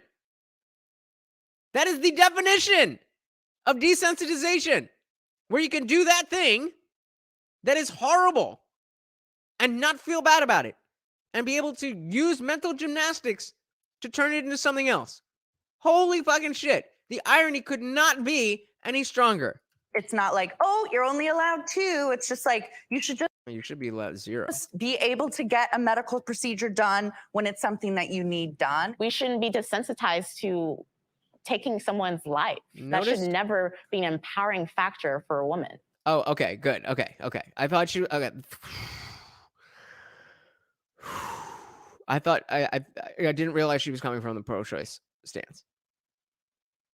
That's crazy. But Stititionalist, good catch on the wording, because Stubbs did say that you need done, and in very, very, very, very, very rare cases do you need it. Need it done. But okay, I need to see that again just because I was confused at the context. I didn't realize homegirl here was making a pro-life argument. So let's medical procedure done when it's something that you need done. We shouldn't be desensitized to taking someone's life. That should never be an empowering factor for a woman. I definitely agree in that, like, there should be no absolute thing any woman should do. There should not be an absolute not even not murder babies. You don't think women just across the board should not murder babies? That's not something that you can say? response to incest or rape or any of these things. Every woman should have the choice of if they want to or not want to carry that child, whether it is having fun. Actually, I agree. Every woman should have that choice at the point of sexual contact. If you don't want to have a baby, don't do the things that make a baby. Getting raped, incest, whatever it is. I don't glorify and glamorize abortion. I think it's a very traumatic thing. I doubt that if somebody has to do, like.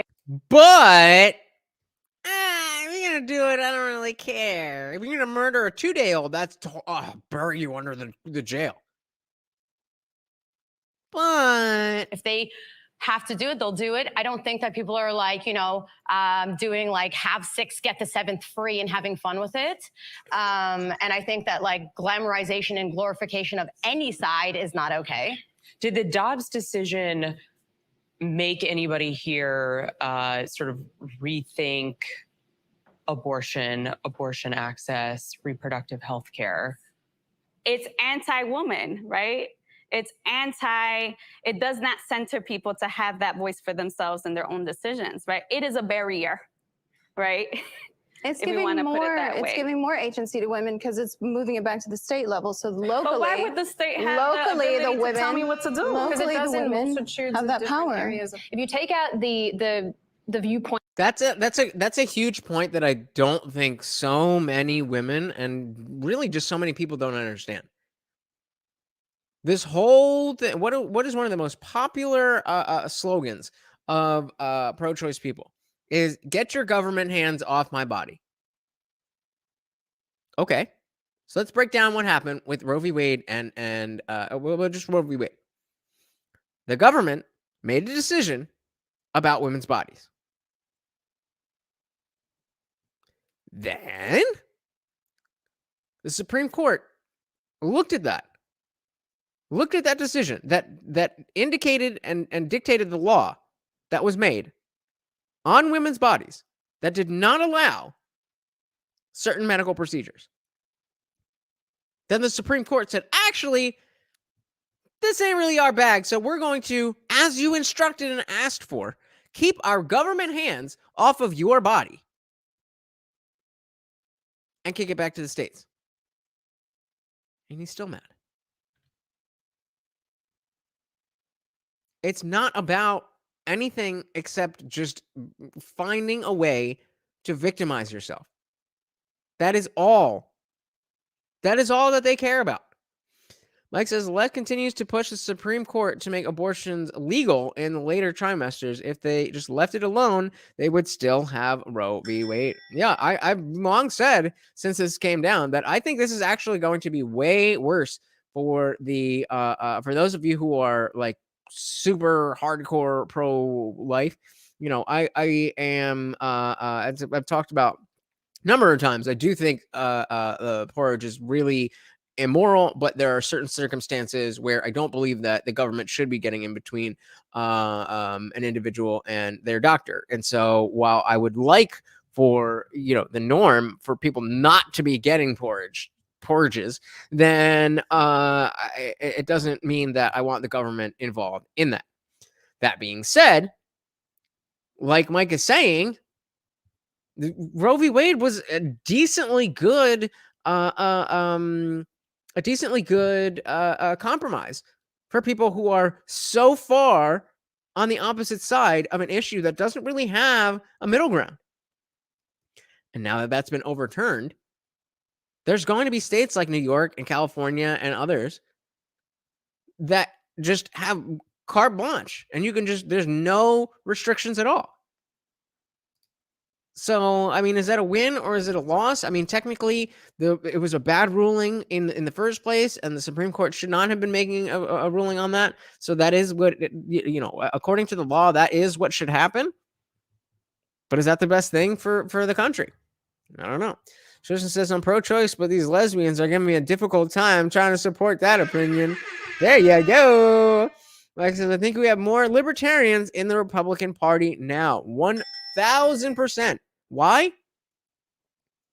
Because we libertarians are not wokesters, and therefore we are automatically MAGA Republican terrorist, awful, evil, deplorable, whatever.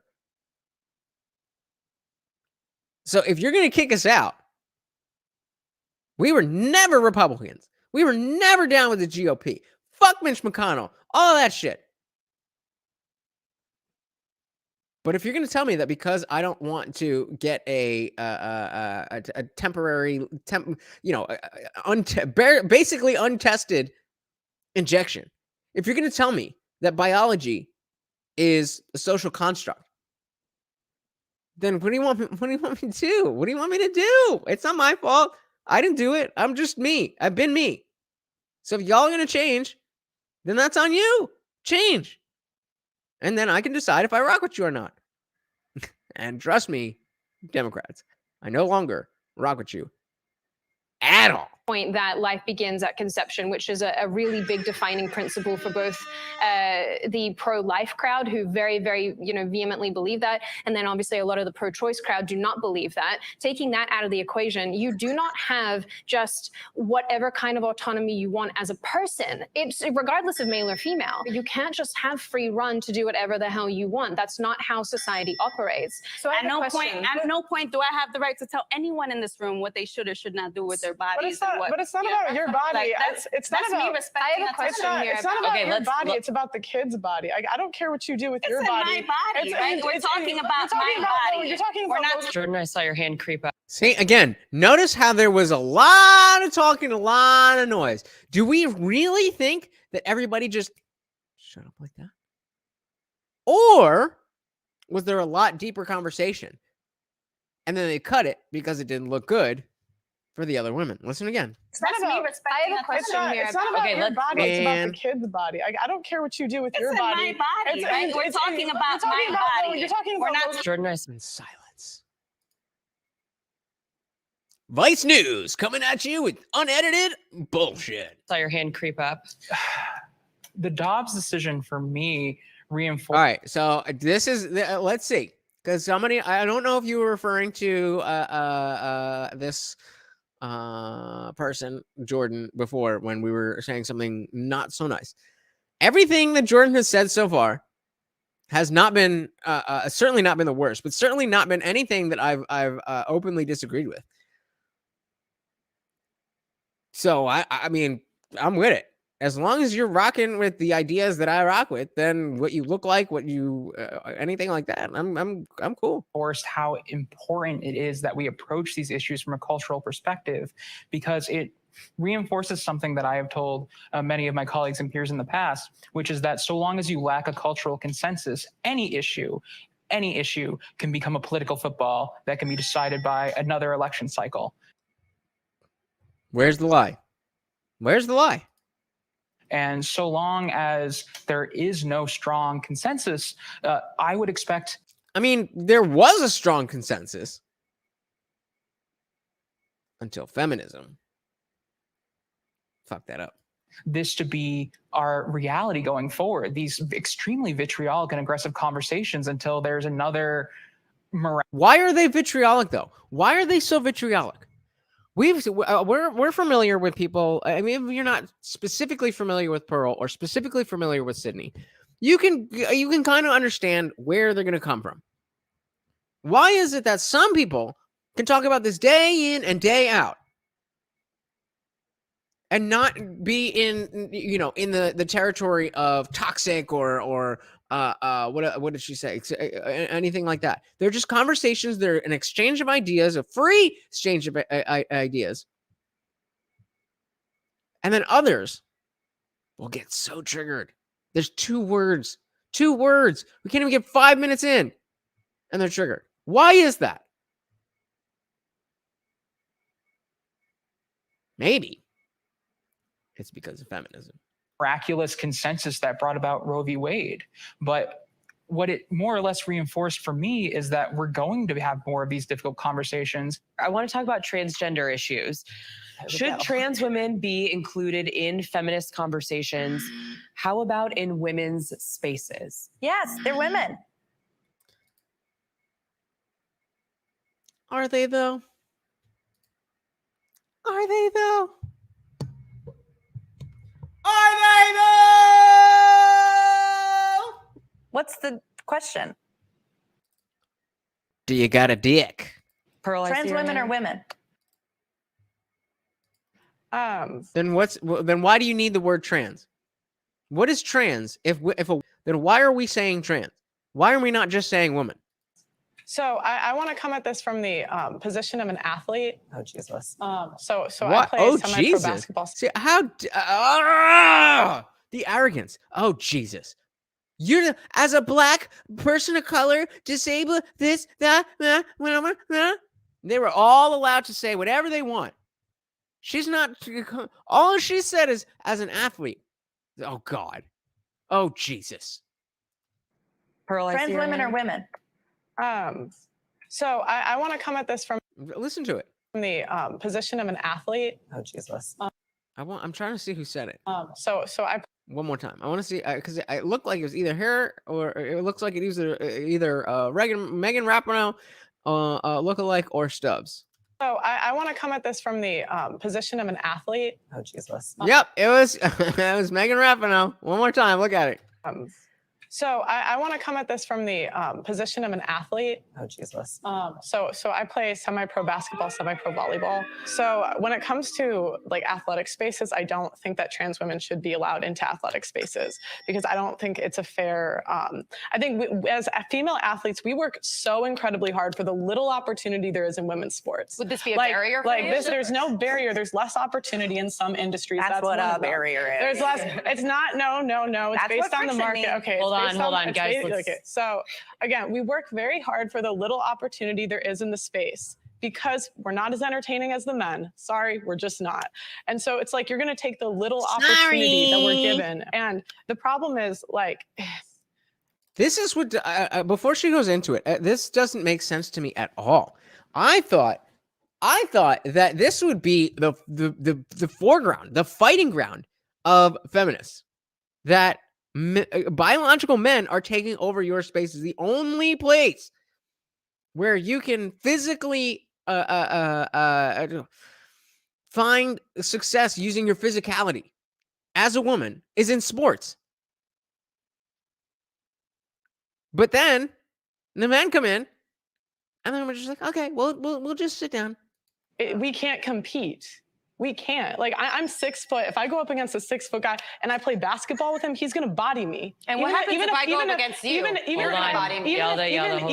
if I have years more of training. And so it's like you're. Hey, we got the real mighty Joe in the building. Welcome, welcome, welcome. What is going on? Rando raid. I don't know what that means, but welcome to the party. We are just checking out this painful vice debate about feminism. Thankfully, we got some smart ladies on here, but feminism is in the shitter. Mike says, Mitch, the turtle man needs to go. I have no idea what the fuck that means. You're taking away the little opportunity that we're given and we all work so hard for, and you're just giving it back to biological guys. It's like, this will be the end of women's sports. That's it. That is the argument. There is no way around that. If you allow men who have bigger, I mean, go down the goddamn list. Bone structure, fast muscle, twitch fibers, and testosterone, all this. I mean, come on. We know this. We know this because it's been talked about for so long. What's going to happen to women's spaces? Now, hey, if y'all ain't gonna fight for it, then don't fucking look at me. If y'all want men in your spaces, all right, but do not say that we didn't fight for it. Have you tried confidence? Eli, hold on, Minnie. Sorry, Eli. confidence can't make me bench what a guy benches. I don't Confidence can't understand make why me you guys 6'7". are so hostile. She's sharing her And confidence experience can't make in me a 6'7". specific No, she's field. sharing. And I'd have to go. No, she's yeah. Did you notice that? Did you notice that? When you're a woman, you get to share your experiences and your plight, and I'm a black woman and I can't use stairs because I'm a woman, but really it's because I don't have legs. And then she's telling a legitimate story. And then Sydney tries to back her up and like, hey, she's sharing her experience and you're shitting all over it. And then wannabe Megan Rapinoe over here is like, no, that doesn't count. Even though she's a woman, that really happened to her. It doesn't count because it doesn't align with what I think already. Like, get the fuck out of here. Oh, yeah. Real Mighty Joe, you know how bad this goes. Yeah, lady on the left, that is left of the screen here. That's Just Pearly Things. And then over further left of the, Sydney Watson. She is a gangster.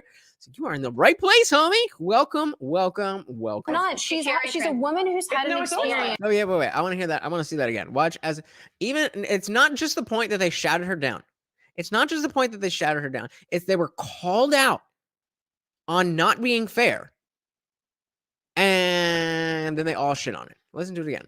I don't understand why you guys are so hostile. She's sharing her experience. So we have Sydney saying y'all are being so hostile. In a specific. And what does wannabe Megan Rapinoe say? No, she's sharing. And I'd have to go. No, she's not. She's sharing misogyny. Your opinions are not my opinions, and therefore they're misogyny. Like, hey, we got Slippery in the building. What's good? Oh, you came in with Real Mighty Joe. I appreciate that. Welcome. Yes, please do, and appreciate you guys in the party. Welcome, welcome, welcome. She's a woman who's had an experience. One at a time. You guys are so obsessed with your own experiences and your own existence, and yet when a woman is sitting here telling you, I feel as though this is unfair and this is compromising and this situation is not helping women, you guys are like, meh, meh, meh. But when you're like, I'm a black person that did this, this, this, and this, then it's valid and fair and Got him! viable. Eli, I want to give you the chance. And of course, again, when somebody brings up a good point, just cut it out. Just cut it out. Let's not have that conversation. And maybe y'all don't understand. Maybe y'all don't see it because you don't edit and stuff. But listen to it again. And yet when a woman is sitting here telling you, I feel as though this is unfair and this is compromising and this situation is not helping women, you guys are like, meh, meh, meh. And ready? Here comes the cut. As soon as it goes to the host, and they do something called the J cut, where the audio from them all talking is still going to play as the camera cuts to the moderator. But 1 second later, it goes silent. Watch. But when you're like, I'm a black person that did this, this, this, and this, then it's valid and fair and viable. Eli, I want to. That's Vice for you. That's Vice News for you. Give you the chance to respond. So this is basically a joke of a talking point. Everyone has biological advantages in sports. How tall are you? 5'11" and a half. I'm tall. I'm 5'8". I am a trans woman. You would crush. Wait a minute. So we got a 5'8" biological man and a 6' woman. Are we really trying to say that just because you're on whatever drugs you have and you're trying to look like Megan Rapinoe, that your bone structure and muscle fiber and all of that kind of shit doesn't matter at all? Come on! How dare you? Hey, thank you so much, Real Mighty Joe. I do appreciate that. Crush me. You would absolutely. Yeah, bone density, wrist strength, muscle density. You can't switch those. Yeah, exactly. You would crush me. But also, Eli, you would never. But you just said you're a trans woman. That means you were born. Am I stupid? Doesn't that mean you were born a man? You sure as shit do not look like you were born a man. As a man, I mean, I'm not saying you look attractive. I'm just saying you don't look like a man. Play at the level that Pearl plays because you would never get there. So let me give you a few more examples here too. So Michael Phelps produced more lactic acid in his body, which caused him to swim better than any of his competitors. This was widely celebrated, and nobody contested it. Now, Yes, because Michael Phelps, I believe, I may be wrong, but I think Michael Phelps was a man competing with men, right? Oh, that is right. So what the fuck are you talking about? Guys, if you're just joining us, thank you so much for hanging out. Welcome to the party. I am your host, Lutch, aka the Indian Jesus, here to resurrect the second coming of common sense. If you could do me a huge favor and hit that like button as you're on your way in, that would be amazing. Thank you, thank you, thank you. this is a performance-enhancing hormone. So we all have different bodies. And now I'm not saying that trans women who aren't on hormones should participate, but there are, I mean, every major medical and every major sports organization agrees that trans women who have been on hormones for between 1 and 3 years, depending on the organization, have the same competitive abilities. The study that you're referencing had like 7 people participated. That's misinformation, by the way. I'm referencing several different. So those of you who are not familiar with study of any, scientific study and sample size, a typical sample size, you typically want about 1,000 samples, 1,000 people, and they should be randomized. That means randomly selected. So when you're talking about trans stuff, when you're talking about all this stuff, first of all, the randomization goes way down because most people aren't trans. So then when you get 7 people, what we call that is anecdotal evidence. different studies. I'm a trans woman and a researcher. It's getting personal. I don't want it to be A lot of us personal. live in this space where we're told. Thank you, Real Mighty Joe. Appreciate you stopping by. Hope to see you again. Will do. Thank you so much. That our opinions don't count because they're not the right kind of opinions. And we're constantly shouted over and talked over, regardless of what we look like, because there's one group in society that basically takes precedence, and it's frustrating. So yeah, of course, it's frustrating because Feminism. Laughing at other women's experiences because they don't agree with me. is when we try to talk about it, we get Oh, we get a second round. We get a second round. Does anybody believe that that chuckle is real?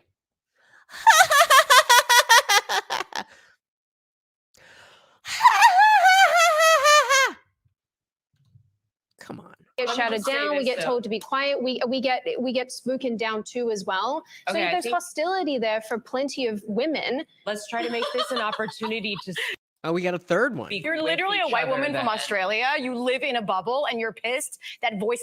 Oh, she lives in a bubble. The one who has a political show. Pearl has 1 million subscribers and does a panel every night. Sydney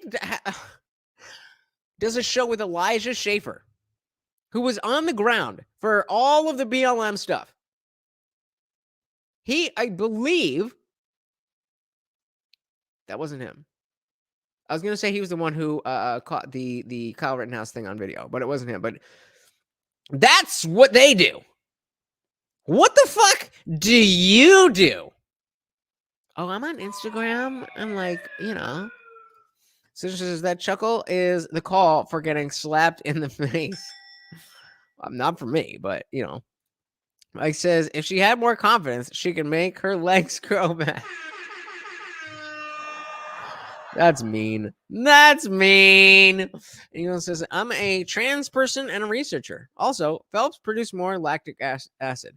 Facts. Researchers have found that Phelps produces half the lactic acid of his competitors. Interesting. I mean, I just honestly don't care because if he's not a man competing in a division other than a men's division, then it's not really relevant to what the fuck we're talking about. Yeah, and Slippery's like, yeah, that lactic acid, that's what stops you. That have been silenced forever finally can be heard. That's why they have the voice, because they speak up. Okay, we're having a conversation about transgender women participating in sports, and I wanted to allow more people to participate. Jordan, I wanted to hear from you. So I am. Okay. We're getting the trans woman to speak on trans women in sports. Does anybody have any predictions? If you've already seen this, please don't muddy the waters. But I'm very interested as to where this goes. Because, like I said, so far, she's been kind of on point. I haven't really disagreed with anything that she said. But sports and bathrooms, that's where it really comes down to, like, look, I get it. Do you whatever. But I don't know. So Slippery says, so to say he produces lactic acid is what stops you, so to say he produces more, they would have a massive barrier to go through. Oops, guess they didn't know that. What were they saying about it? I honestly don't even care. It's obviously just a thing they heard. They obviously don't know anything about lactic acid, neither do I, but it's obviously something that they just heard somebody else say. Then, he has so much more lactic acid. Therefore, trans women are the same as women. Like, duh. That's the position. And that's the level of rationality that goes into this. Not a professional athlete. The closest thing I have ever done to anything athletic was I used to do competitive show choir when I was younger. And I don't feel really qualified to make carte blanche statements about whether or not trans women should compete in every kind of sport. And I understand that is kind of, that's a hard pill to swallow. And for me, my first inclination is to approach everything through a lens of inclusivity. But at the same time, I also can't speak accurately to every kind of sport and the different things that go into it. So I really think in these instances, the decisions are best left up to the professional governing bodies. Let's go! Let's go! See, the trans woman on the panel is trying to say, well, hey, there's nuance here. Just because I'm trans doesn't mean that I think this. But Stubbs here is like, well, that's not the right opinion. Bitch, I know you ain't playing sports. I'm sorry that your situation is what it is. But I know you ain't playing sports.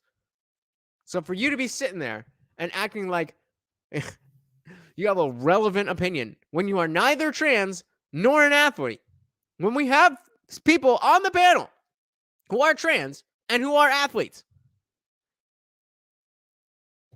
indoctrination and entitlement.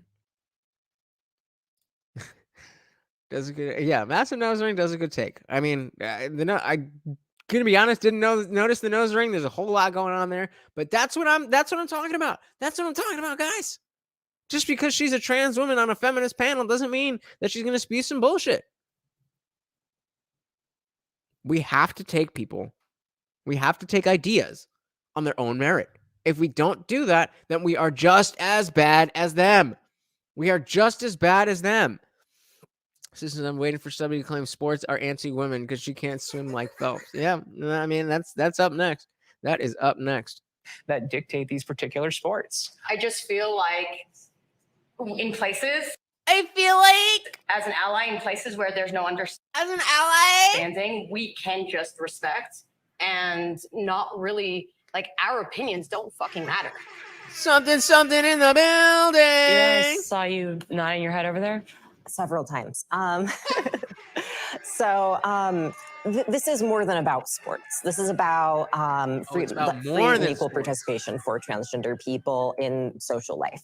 And the right sees this as a socially acceptable way to begin to remove trans people from different engagements in our society. So it does just start with sports or bathrooms or locker rooms, something that they find is more acceptable. And then at this point, they started to move into education, getting trans teachers fired, banning trans books. This is a route that is very effective because it's seen as more acceptable. But it's also overlooking a lot of major details. Like, I mean, do y'all know how many trans women have won national titles? One too many. One. It's Leah Thomas is the only one. Too many. One too many is right. Thank you, Jersey Shore Extracts. If you have not hit the subscription button, please hit that button. That is the only way you will make sure you never miss the Indian Jesus Live. We got This Is But a Computer. Welcome. Philip in the building. What is going on? Welcome to the party. We are trying to determine, is feminism something we still need to worry about? In terms of, do we need to keep it going or do we need to worry about it and stop it? That is what I am interested in. But I want to back this up for a second because she was talking about sports and she mentioned something. I'm actually just gonna, let's see if that'll acceptable. And then at this point in society, she said something about how it's thank you, brother. She said something about how it's not about the sports or something like that. And I was taking a piss, so I missed it. This is more than about sports. This is about free and equal participation for transgender people in social life. And the right sees this as a socially acceptable way to begin to remove trans people from different engagements in our society. So she's starting off saying that not wanting trans people in sports is a way of removing people from engagements. At what point were men allowed to engage in women's sports?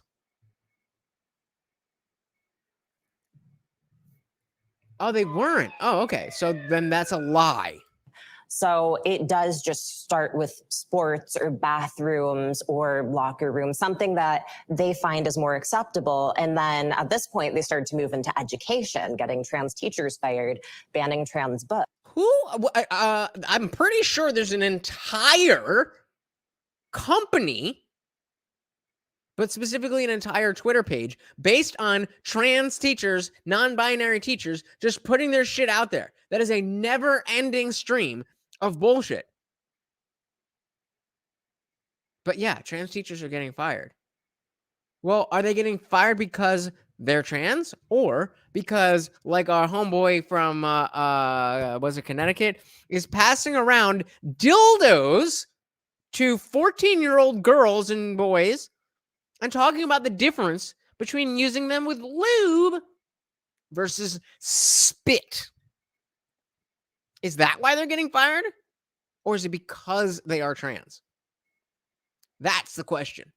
Because I don't know how you feel, Megan Rapinoe wannabe, but I see trans people as people. And where there are good people, there are bad people. So if you think that trans people are different than that somehow, then that's on you. Then you're a bigot, and I don't know how to change that. But I see trans people as people. And so where there are good people, there are bad people. And when bad people do bad things, bad people need to be punished for the things that they've done. Exactly, any film. Exactly. Thank you.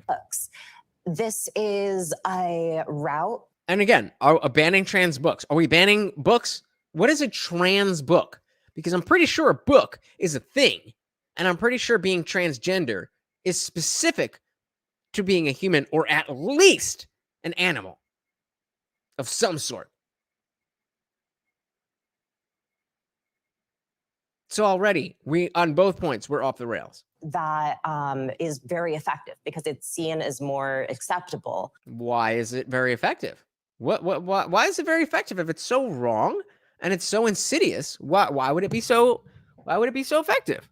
You would think that if something was so discriminatory and something was so wrong, that people like you would be able to get the attention of, I don't know, Vice News, and get fairness and equality. Oh, that's right. You don't want equality. You want special privileges.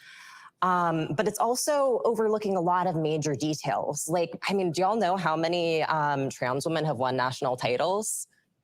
One too many. One. It's Leah Thomas is the only one. Too many. The correct answer, Pearl, was so far. Not a number. So far. Is to finish the question. This is a new phenomenon. Don't act like the LGBT community was raging like it is now, even 5 years ago. So of course we don't have champions yet. How do you honestly think, Miss Megan Rapinoe wannabe, that in 5 years we're not going to have a shit ton more trans champions? What's your argument then? Oh, you're just going to move the goalpost. Well, this is because there's more trans people who feel comfortable to play sports and it's equality. Get the fuck out of here. Too many? if women's sports were actually going to end in some way, how do you know they're not? What evidence do you have that says bringing biological men into female sports is not going to end that? Why would we have female sports anymore? As Tim Pool likes to say, we don't have women's bathroom in sports because men like to wear dresses sometimes. It's not about women. It's about females. It's y'all that separated the two. It's always been about female sports and female bathrooms. We just called them women sports and women's bathrooms because y'all don't like the word female. I mean, that's just not happening. Wouldn't you think there would be more trans women in sports when the majority of states do allow trans women full participation? Bro, clip that shit. I cannot wait. I cannot wait in 3 years when we have every sport that's got 3 or 4 trans dudes, or excuse me, trans women at the top of the pack. And we were like, okay, so now International titles, 0. No global titles have yet. ever been won by a trans woman. Yet. Now, I will say that there is a very big focus on consent, that as men, we kind of like, it's definitely important to understand consent. But like, as men, once you get it, then you get it. There's not really much conversation to have about it. So like that part of the conversation is not really for me.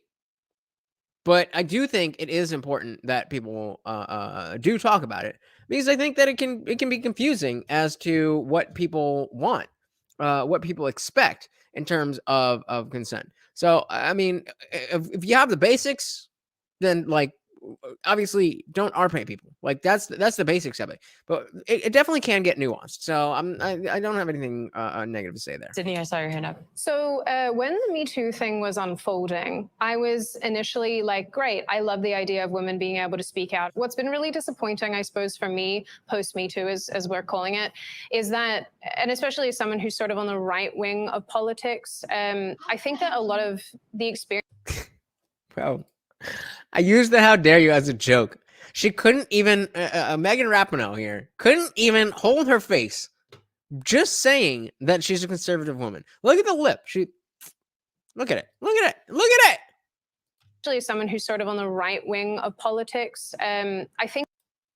Look at that a lot of the experience... Oh, people are obnoxious. A bit trivialized because there is a lot of politicizing of sexual assault. So when something legitimately happens on our side of the table and someone tries to speak up about it, there's almost an automatic disbelief. And I understand why. It's because of the believe all women type of stuff that came out of the Me Too movement, that a lot of us were like, wait a minute, no, people do use these situations for gain. People do make things up. People do lie. But it is sad to watch it happen. It makes me sad that we're here. Jordan? Yeah, Any Film says, I get the feeling that Sydney and Pearl were more vocal, but somehow their contribution was lost. Yeah, it's not a coincidence that the two actual successful YouTubers on the panel you're not hearing from a lot. I think they were there for hours and hours and hours. And then they cut this down to 44 minutes. So yeah, a lot was left on the cutting room floor, and most of it, I'm sure, is Sydney and Pearl talking. I feel like there'll never be a post Me Too, because at the heart of it, Me Too is... Again, there's never going to be a post Me Too. There's never going to be a post feminist. We're always going to be victims. We're always going to be in trouble. We're always going to need to fight. We're always going to need to fight just to be alive. Just a phrase. The spirit of what Me Too represented will always be relevant, and that is that you are empowering individual women to advocate for themselves and speak out when they feel like they're being wrong. Ideally, you're just trying to be the most transparent and self-accountable person you can be, and you need to hit all of those fronts if you want it to last on a cultural level. How about beauty standards? We talked a little bit about this. Guys, can you do me a favor? Get me 2 more likes. 2 more likes. I know there's some of you out there who are watching and have not hit the like button. That would help me so much. Please, just, and we're done. Thank you so much. This got brought up at the beginning. How does that tie into... Wait, whoa. What did I miss? God got brought up? What are we talking about? Talked a little bit about this. This got brought up at the beginning. How does that tie into femininity? Sorry, I'm very into this idea because I do think it is one of the larger intersections that just doesn't get very discussed, which is like I was... Thank you, brother. Appreciate that. Do me a favor, triple that up. And if you're not enjoying this stream, I completely understand that. All you have to do is double tap the dislike button and it will let me know. And that will go straight to my inbox and make sure that the next show is exactly what you like. So hit double tap the dislike button and then come back next time and I'll make sure the show is exactly perfect for you. I was talking about before, barriers and friction are placed up around bodies. And the fatter I get, the older I get, the less people will listen to me. The less... Right. Just like with men, the less money you have and the shorter you are, the less muscle you have, so on and so forth, the less people will listen to you. This is life. Welcome. I see some comments coming up here. Hey, we got Darshan McAway in the building. Welcome, brother. Good to see you. Good to see you. Amazing content creator over here. Always hitting it hard with the live streams. Definitely go and check out Darshan's channel. Please feel free to drop your link. Darshan is a monster of a content creator and a businessman in general. Welcome. We are just trying to determine, is there anything here? And so far, as much as bullshit as this lady's been talking about, I and my amazing skill have been able to pull out a lot of value here. That even though Pearl and Sydney are the only two women on this panel that I would ever want to sit and have a conversation with for any reason, there's a lot here that we can learn from. And one of the biggest parts is just us not being them. We don't want to be them. And what I mean by that is that we don't want to be in a position where we have no idea what they think, and so we just make it up in our minds, and then we cast and project that aspersion onto them, much like they do to us. We don't want to be them. We want to be better. We want to know exactly what they think and react accordingly. Less value I will have for society. Let's let's back this up as Stubbs here realizes that love is not that life is what it is. And the fatter I get, the older I get, the less people will listen to me, the less value I will have for society. So, I'm already starting out as a woman with no legs. If I had something on my face, I have my beauty. That's one of my privileges. I have my whiteness. That's one of my privileges. She did not just say that. She did not just say that. On my face, I have my beauty. That's one of my privileges. I have my whiteness. That's one of my privileges. Her beauty and her whiteness. I used to have thinness and now I'm getting fatter. Things are changing. And I think every single time that we talk about feminism, pretty privilege should be discussed, because we have these ideas. If your skin tone is this, if your hair is this, if your body looks like that, it's about whether or not you are given an equal opportunity based on what you look like. I saw it. Oh, wait. I thought equal opportunity was bad. That's equality. We talked about that. And we said that was bad, that we need equity, that everybody needs to be the same, and that equity is fairness, but equality is sameness. But that's more semantic obfuscation, isn't it? Because that's the opposite. That equality is fairness and equity is sameness. I keep telling y'all, this is what the fuck they're doing. You can either listen or not. It is what it is. I think a lot of times the women that complain about beauty standards don't complain about them when they got privilege, when they were young and attractive and thin. So it's like, yeah, you're complaining when the privilege is gone, but privilege is invisible to those who have it. And women, it's a privilege. And men don't turn 18 and get looks that we get. As a Black woman, can you say a thing without qualifying it by your race, your gender, your victimhood, whatever the fuck it is?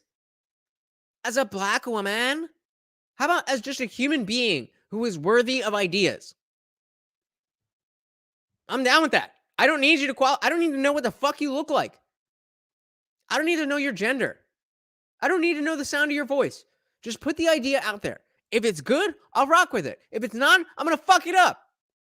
But you being a Black woman or a white dude or a fucking indigenous person is not going to change that one bit to the people who actually care about the truth. Citizen says, I don't mind having discussions with people that have opposing opinions, but when they're dealing with mental or verbal diarrhea, I'll socially distance myself. That's probably a good way to go about it. One of the most integral parts of the beauty conversation has been colorism. I'm a dark-skinned Black. What is colorism? What is colorism? Do we need? Let's look this up. I don't know what the fuck this shit is.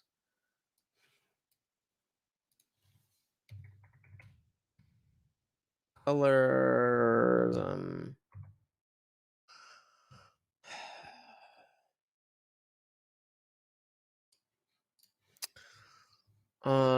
Colorism, prejudice or discrimination against individuals with dark skin. What? How is this not racism? Dark skin, typically one of those the same ethnic or racial group. Colorism within the Black community has a serious emotional and cycle. Oh my god! Like, really? Is this what we're talking about? Like, you don't have enough fucking problems.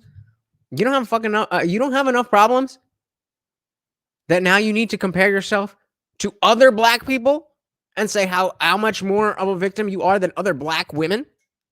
You're not just a victim as a woman. You're not just a victim as a Black person. But now you're a victim as a dark-skinned. Get the fuck out of here. Jesus Christ.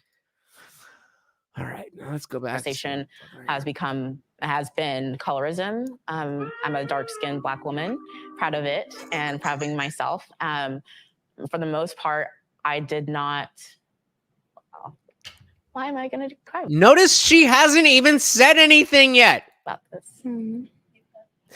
Just like as an Asian man and as somebody who, just like my hair is a little bit longer than the average man, that, sometimes I get, people think that I might be trans, or, sometimes people actually really like it, but, I'm just like, oh, I'm gonna cry. Oh my God. I'm gonna cry.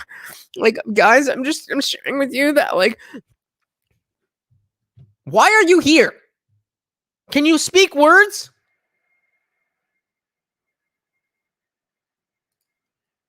So she says, I'm Black and I disagree with you, but you're Black, so I can't use racism cards. So reverse, here's the colorism card.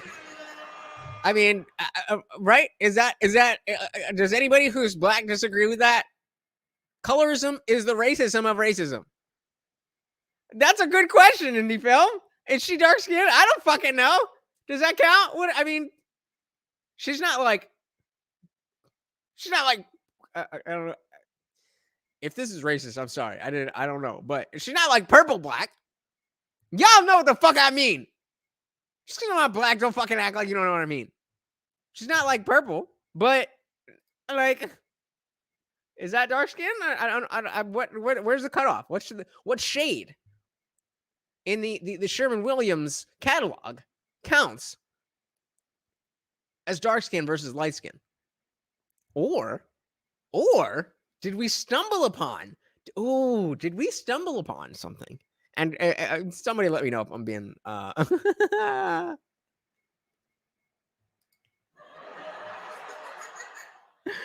Somebody let me know if I'm getting too racially insensitive. But like, did we discover a new, undefined, arbitrarily defined category of dark skin versus light skin? We have the mixed race people who are like, oh, these people say I'm Black and these people say I'm white. We have people who are 5'10". Dudes who are 5'10", like, oh, some of them think he's tall. Some ladies think he's tall.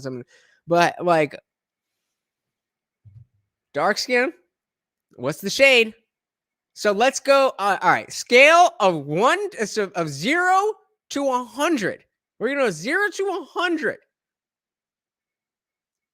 What is the number that we're all 101 numbers, 0 to 100, they're all considered Black. What is the number that goes from dark skin to light skin? And all races are allowed to answer. And if you're Black and you get offended by this, then I don't know, go away. I did not grow up thinking I was beautiful because I was that. And I think in the Black 4 out of 100?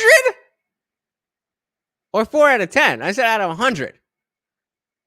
Yeah, right. She's blind. She's a culture appropriating hair.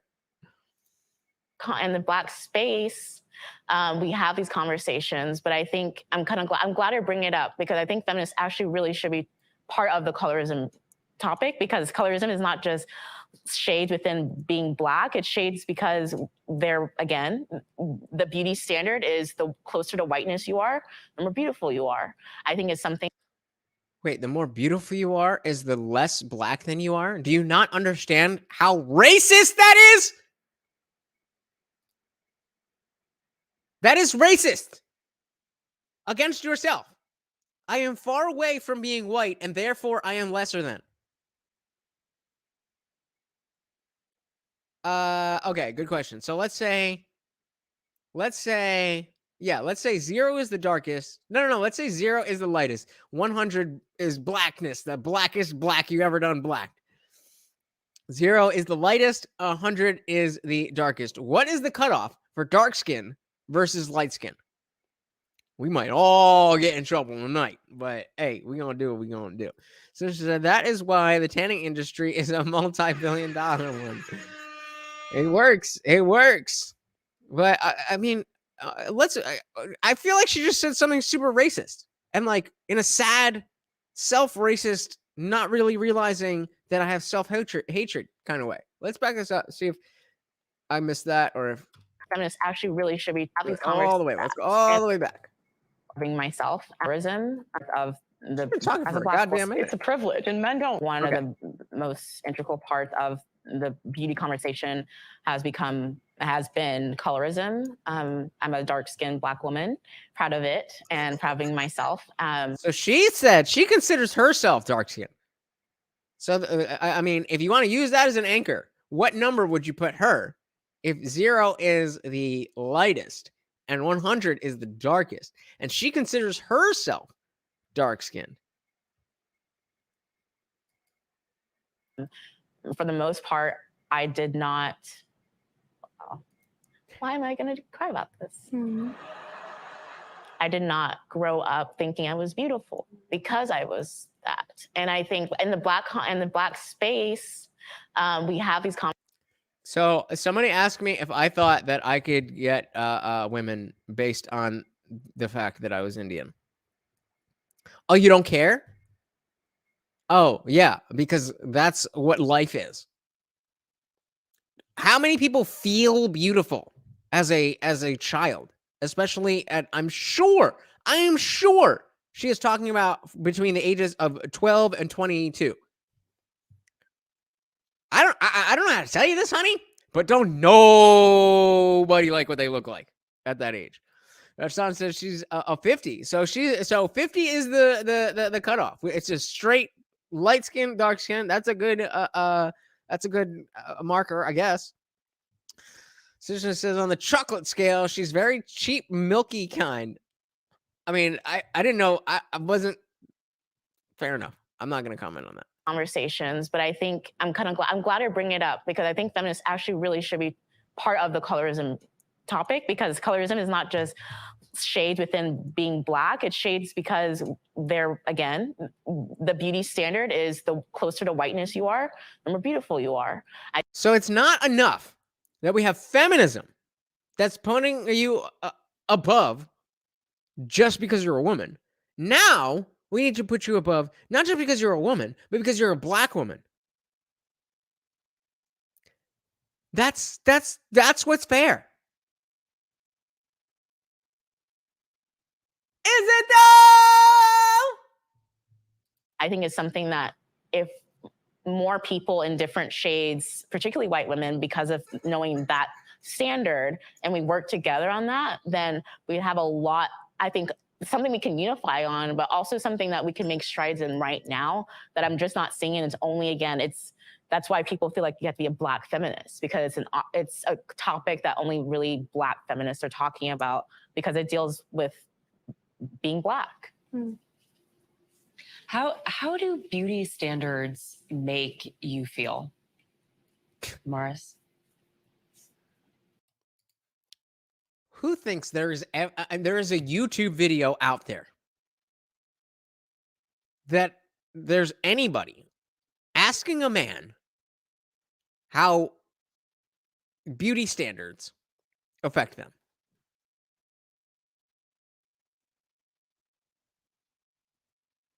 Maybe in like the bodybuilding space. Does that mean that you don't look at a fucking jack dude and like, oh fuck, I can't, damn. Maybe. Just saying. I mean, don't crucify me. Just saying. Maybe have some other value than what you look like, and you don't have to hang your whole fucking hat on what the rest of the world thinks about your face. And if you do, then maybe lose some weight. Somebody says she shows that it's a lot to do with how they feel about themselves and then project that. Exactly. I mean, exactly. Kind of what you're saying, Antonia, as a Black Latina woman in my community, right? Like, as a Black Latina, excuse me, it's Latinx, you fucking bigot.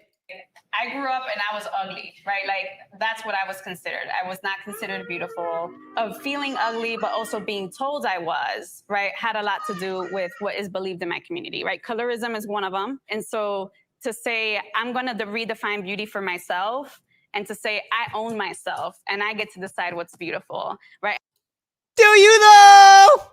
Because I kind of feel like I get to decide. We get to decide. You can decide to think whatever you want. And this is how we ended up in this clown world where people are living as the opposite gender. But we all know. They all know. All the motherfuckers who are pretending that you're a woman. They know, dude. They know. They're just being nice. They're just being nice. And even though he's going to vote for Trump and he's going to vote for DeSantis, you think they're evil, awful people. But they know you're not a fucking woman. They're just being nice because they're nice people. Most people are nice people. And I get to decide what I want to wear and how I want to wear it. And I don't need to. Who wait a minute. Was somebody preventing this woman from dressing the way that she wanted to dress? Because if so, how dare you? If so, how dare you? But if not, then what the fuck are you talking about? Right? It's almost a repelling, right? Like, I'm like, no, you know what? I am beautiful. I'm going to do what I want to do, and I'm going to feel myself, because if no one else is going to feel me, it's on me to feel me too. I gotta say, though, I did grow up being referred to as very beautiful for a woman with a disability. And that, to me, always fed this idea that disability doesn't mean beautiful. I am in some form of exceptionalism, which I then had to keep up with forever. So it's like, I mean, forever? Like, okay, maybe you look good 25 years ago. Honey, that ship has sailed. So apparently, if you're being called an uggo, but you're black, it's either racism or colorism. Yeah, no. All black people are amazingly beautiful. How dare you even suggest that could change based on somebody's skin color? You don't understand how we Americans do this now? We treat black people, women, and transes like they're better than everybody else. That's just what we do here, bro. Come on, how dare you? got this thought as I started to age, like, you can have no legs, but you better not fucking get fat. And so this idea that, like, there are certain people who... If you had legs, being fat would not be in the cards for you to still be attractive. You having legs or not having legs has nothing to do with you being fat and attractive. If you had legs and you were fat, you would not be attractive. You don't have legs. If you got fat, you're not attractive. Like,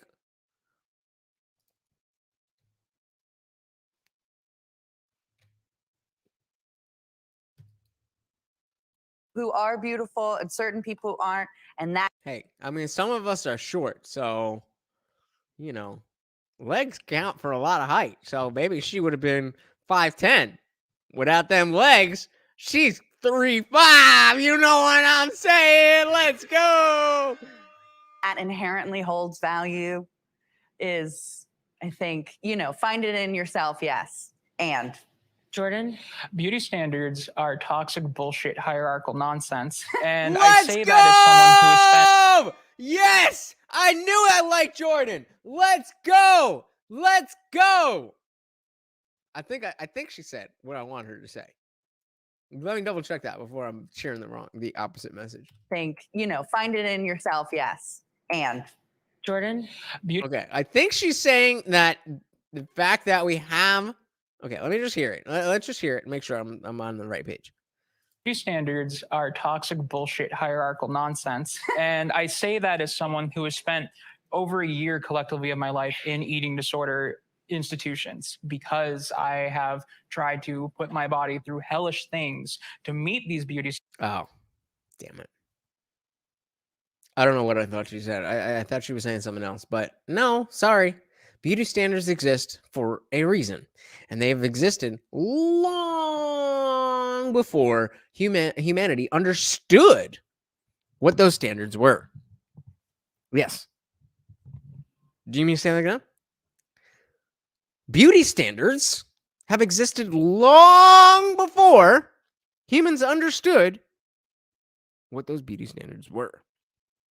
If you got a fat ass and big titties, caveman's gonna dig it. He ain't gonna know why, but you gonna dig it.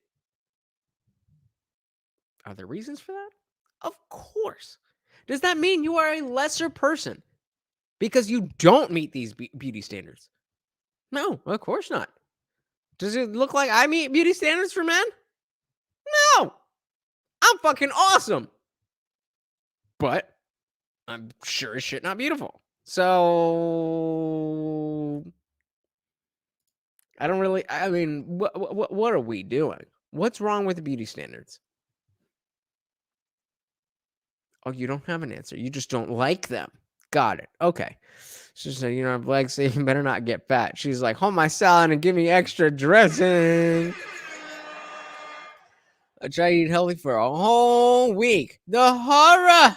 My body couldn't handle it. standards, which more often than not are not based in reality. They're typically trends. They're created to push things. They're extremely useful for marketing, but they don't serve anyone's health. They don't serve.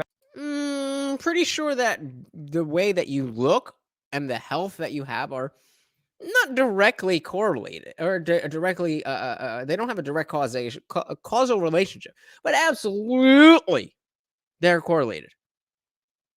I'm gonna guess, just based on your looks, that you are less healthy than Pearl. Just a guess. Put money on it, though. Anyone's self-esteem, they only act to try and tell us that there's a allegedly right way to have a body. And if you Yes, there is. don't occupy that space and have that body, then you're a piece of shit. No, that is not what anybody's saying. Which is absolute nonsense. Good reaction, Sydney, because that is exactly how you want to react to a straw man of your position. Yes, it is better to fit the beauty standards. If you don't fit the beauty standards, it doesn't mean you're a fucking piece of shit. You are projecting what you think about your standards onto other people. Nonsense. And there are way It is absolute nonsense, which is why you should stop applying it to your ideology. too many women and men in the world who end up doing terrible things to themselves because they fall into this trap of thinking that you have to be this way. And if you aren't this way, then there's something inherently wrong at your core, which is nonsense. You're perfect the way you are. Is it though? That's Are you literally though? the core of it. You are perfect the way you are. And Are you though? Are you really perfect the way you are? Put a 1 in the chat if you think you are perfect the way you are. anyone who tries to tell you otherwise is feeding into this industry and is just, they are not your friend or looking out for you. Layla? Oh, yeah, I was going to say, yeah, beauty in the industry is exploitative. But also we have to remember a lot of the beauty standards are based around health, what's perceived as health, like symmetry, certain weights, things like that. So there is that side where we have to balance it. And I think we're seeing so much more representation, which I think is incredibly important. Well, I just think that like, if women really cared about beauty standards, like the obesity rate wouldn't be what it is. But what Let's about try and you? maintain the beauty standards. I just think like some people are more attractive, some people are less attractive. And that's just, you know, where would I rate myself 1 to 10? Oh, we're not you rating, know, it's okay. That's what I mean. Like, I just think like some people So are more if you attractive. are overweight, you don't care about beauty standards. Well, Is that right? like the point is that the beauty. Yes. If you are overweight, you do not care enough about beauty standards to enact something in your life to change to fit those beauty standards. Darshan says, I like me, as you should, brother, as you should. Beauty standard is thin, right? Your standard? Obesity comes from men. No, honey. We are talking about the beauty standard. So when we say the beauty standard, we're talking about a societal thing. When we're talking about what Pearl personally thinks, then we will let you know that we're talking about Pearl's specific opinion. But we have a phrase like beauty standard, and then we have another word like the, which means one. Then you just sound stupid by trying to turn that in. I'm waiting. I got mods out there. I'm waiting and I'm watching. I'm not doing shit. I'm waiting and I'm watching. Men and women, though. Yeah, you're right. That's true. But I'm saying if women really wanted to fit the beauty standard, they would be thin. I know, from my experience as well, is growing up again in a mostly white neighborhood but I was always comparing myself to literally other people who have a different body type, but I was considered other or to something because it didn't conform to that body type. When that same body type became popular with Kim Kardashian and the Kardashians, Yeah, because before Kim Kardashian, like, men had no idea about boobs and fat butts, right? Who are different, right, than me, let's just say, are different skin color, right? And there's a lot of animosity, in a lot of, Black communities, of the fact that when it was on Black skin, it was an issue, but when it was on Kim Kardashian and the Kardashians, it was $1 billion business. Yep. Our time together has almost come to an end. We sort of started talking about feminism, big picture. Did you? Because I don't feel like you started talking about anything at any point. We're going to try again. Is Gotta try again. feminism dead? I think feminism is alive, and I'm thankful to be a participant and believer of it. I would say, as far as the West goes, I think that feminism has been cannibalized by other movements like leftism, like transgenderism. So I think feminism is very much alive and well. I think it takes different forms depending on who you're talking to, and that's not necessarily a bad thing. And as I've defined in the beginning, for me, I use it as a lens. So I don't think I'll ever stop having it in my arsenal, if you will. It makes for a good vice panel. Okay, we're done. So, I mean, I definitely understand why Jordan, of all people, is so attached to this feminist thing. Here, you know what? Let me put up a poll. I kind of feel like you guys have some shit to say here. So, yes or no is if we want to do the panel here. We're still going to do a obviously we're still going to go into Discord, but if anyone has something that they want to come up and talk about, I kind of feel like there's a bunch of you who can speak to this issue in a way that is going to be fun. No? All right. Well, I'm going to keep an eye on that. But the major point here, is that the fact is feminism is an ideology that no longer has relevance in the Western world, specifically in America. The fact is, it just y'all won. You won. You did it. Game over. You want to talk about Saudi Arabia? You want to talk about Egypt? Well, I don't know about Egypt. You want to talk about Iran? Sure. I'm all about fighting, putting my own views that are not popular out there to make sure that women have the right to vote, the right to drive, the right to whatever. Number one, I'm not going to call myself a feminist. Number two, I'm just going to call myself somebody who fights for what is moral and right and good. I don't know why the word feminism exists at all, but it didn't. It made a lot more sense many years ago. Yeah, right. Classic white woman. And Susan says, have fun with the possible after party. I'm about to head out. Well, thank you so much for stopping by, brother. You definitely need to make sure you hit up the Discord so that you are never, ever going to miss that after party. And you are always available to hang out with us, guys. The link it's a free thing. The link is in the description. So I guess we don't want to do that. Nobody wants to do that. Nobody wants to come up. And that is completely fine. So we will end the party right here. I want to thank you guys so much for hanging out. It has been a great night. I think we really covered a lot of good things. And even though that this feminist panel wasn't anything groundbreaking, I think that we took as much as we could from it. And that's all that I'm looking to do. There's stuff going on, and we need to be able to determine what is useful to us and what is not. And I will definitely be able to pull some interesting stuff for you guys. You may not always agree, you may not always like it, but I promise you, I will bring you value. So if you have not done so already, please hit that like button. That is one of the biggest things that helps grow this channel. I'm on the road to 1K. We are so close, guys. We are so close. Thought we were gonna make it by Valentine's Day. I don't think we're gonna make it by Valentine's Day. I want to say Easter, but I don't want to fucking have another failed thing. And it's directly tied to my ego. So if I say Easter and by Easter I'm not monetized, I'm probably going to blow my brains out. Just kidding. But please do hit the like button, hit the subscribe button, do all that good stuff, guys. I'm here every Monday, Wednesday, Friday. I'm here. I'm doing the work. All I need is you to come through, hit little buttons, share the shit, do all of that stuff. You know how much that helps, and you know how easy it is, and it's free. It's free, guys. It's free. And I'm getting used to this new system. We're gonna have the the Stream Deck. You're hearing it out of another thing. I'm gonna get that all set up, but I'm still getting everything with the new system set up, which was very expensive. And I am deeply in debt.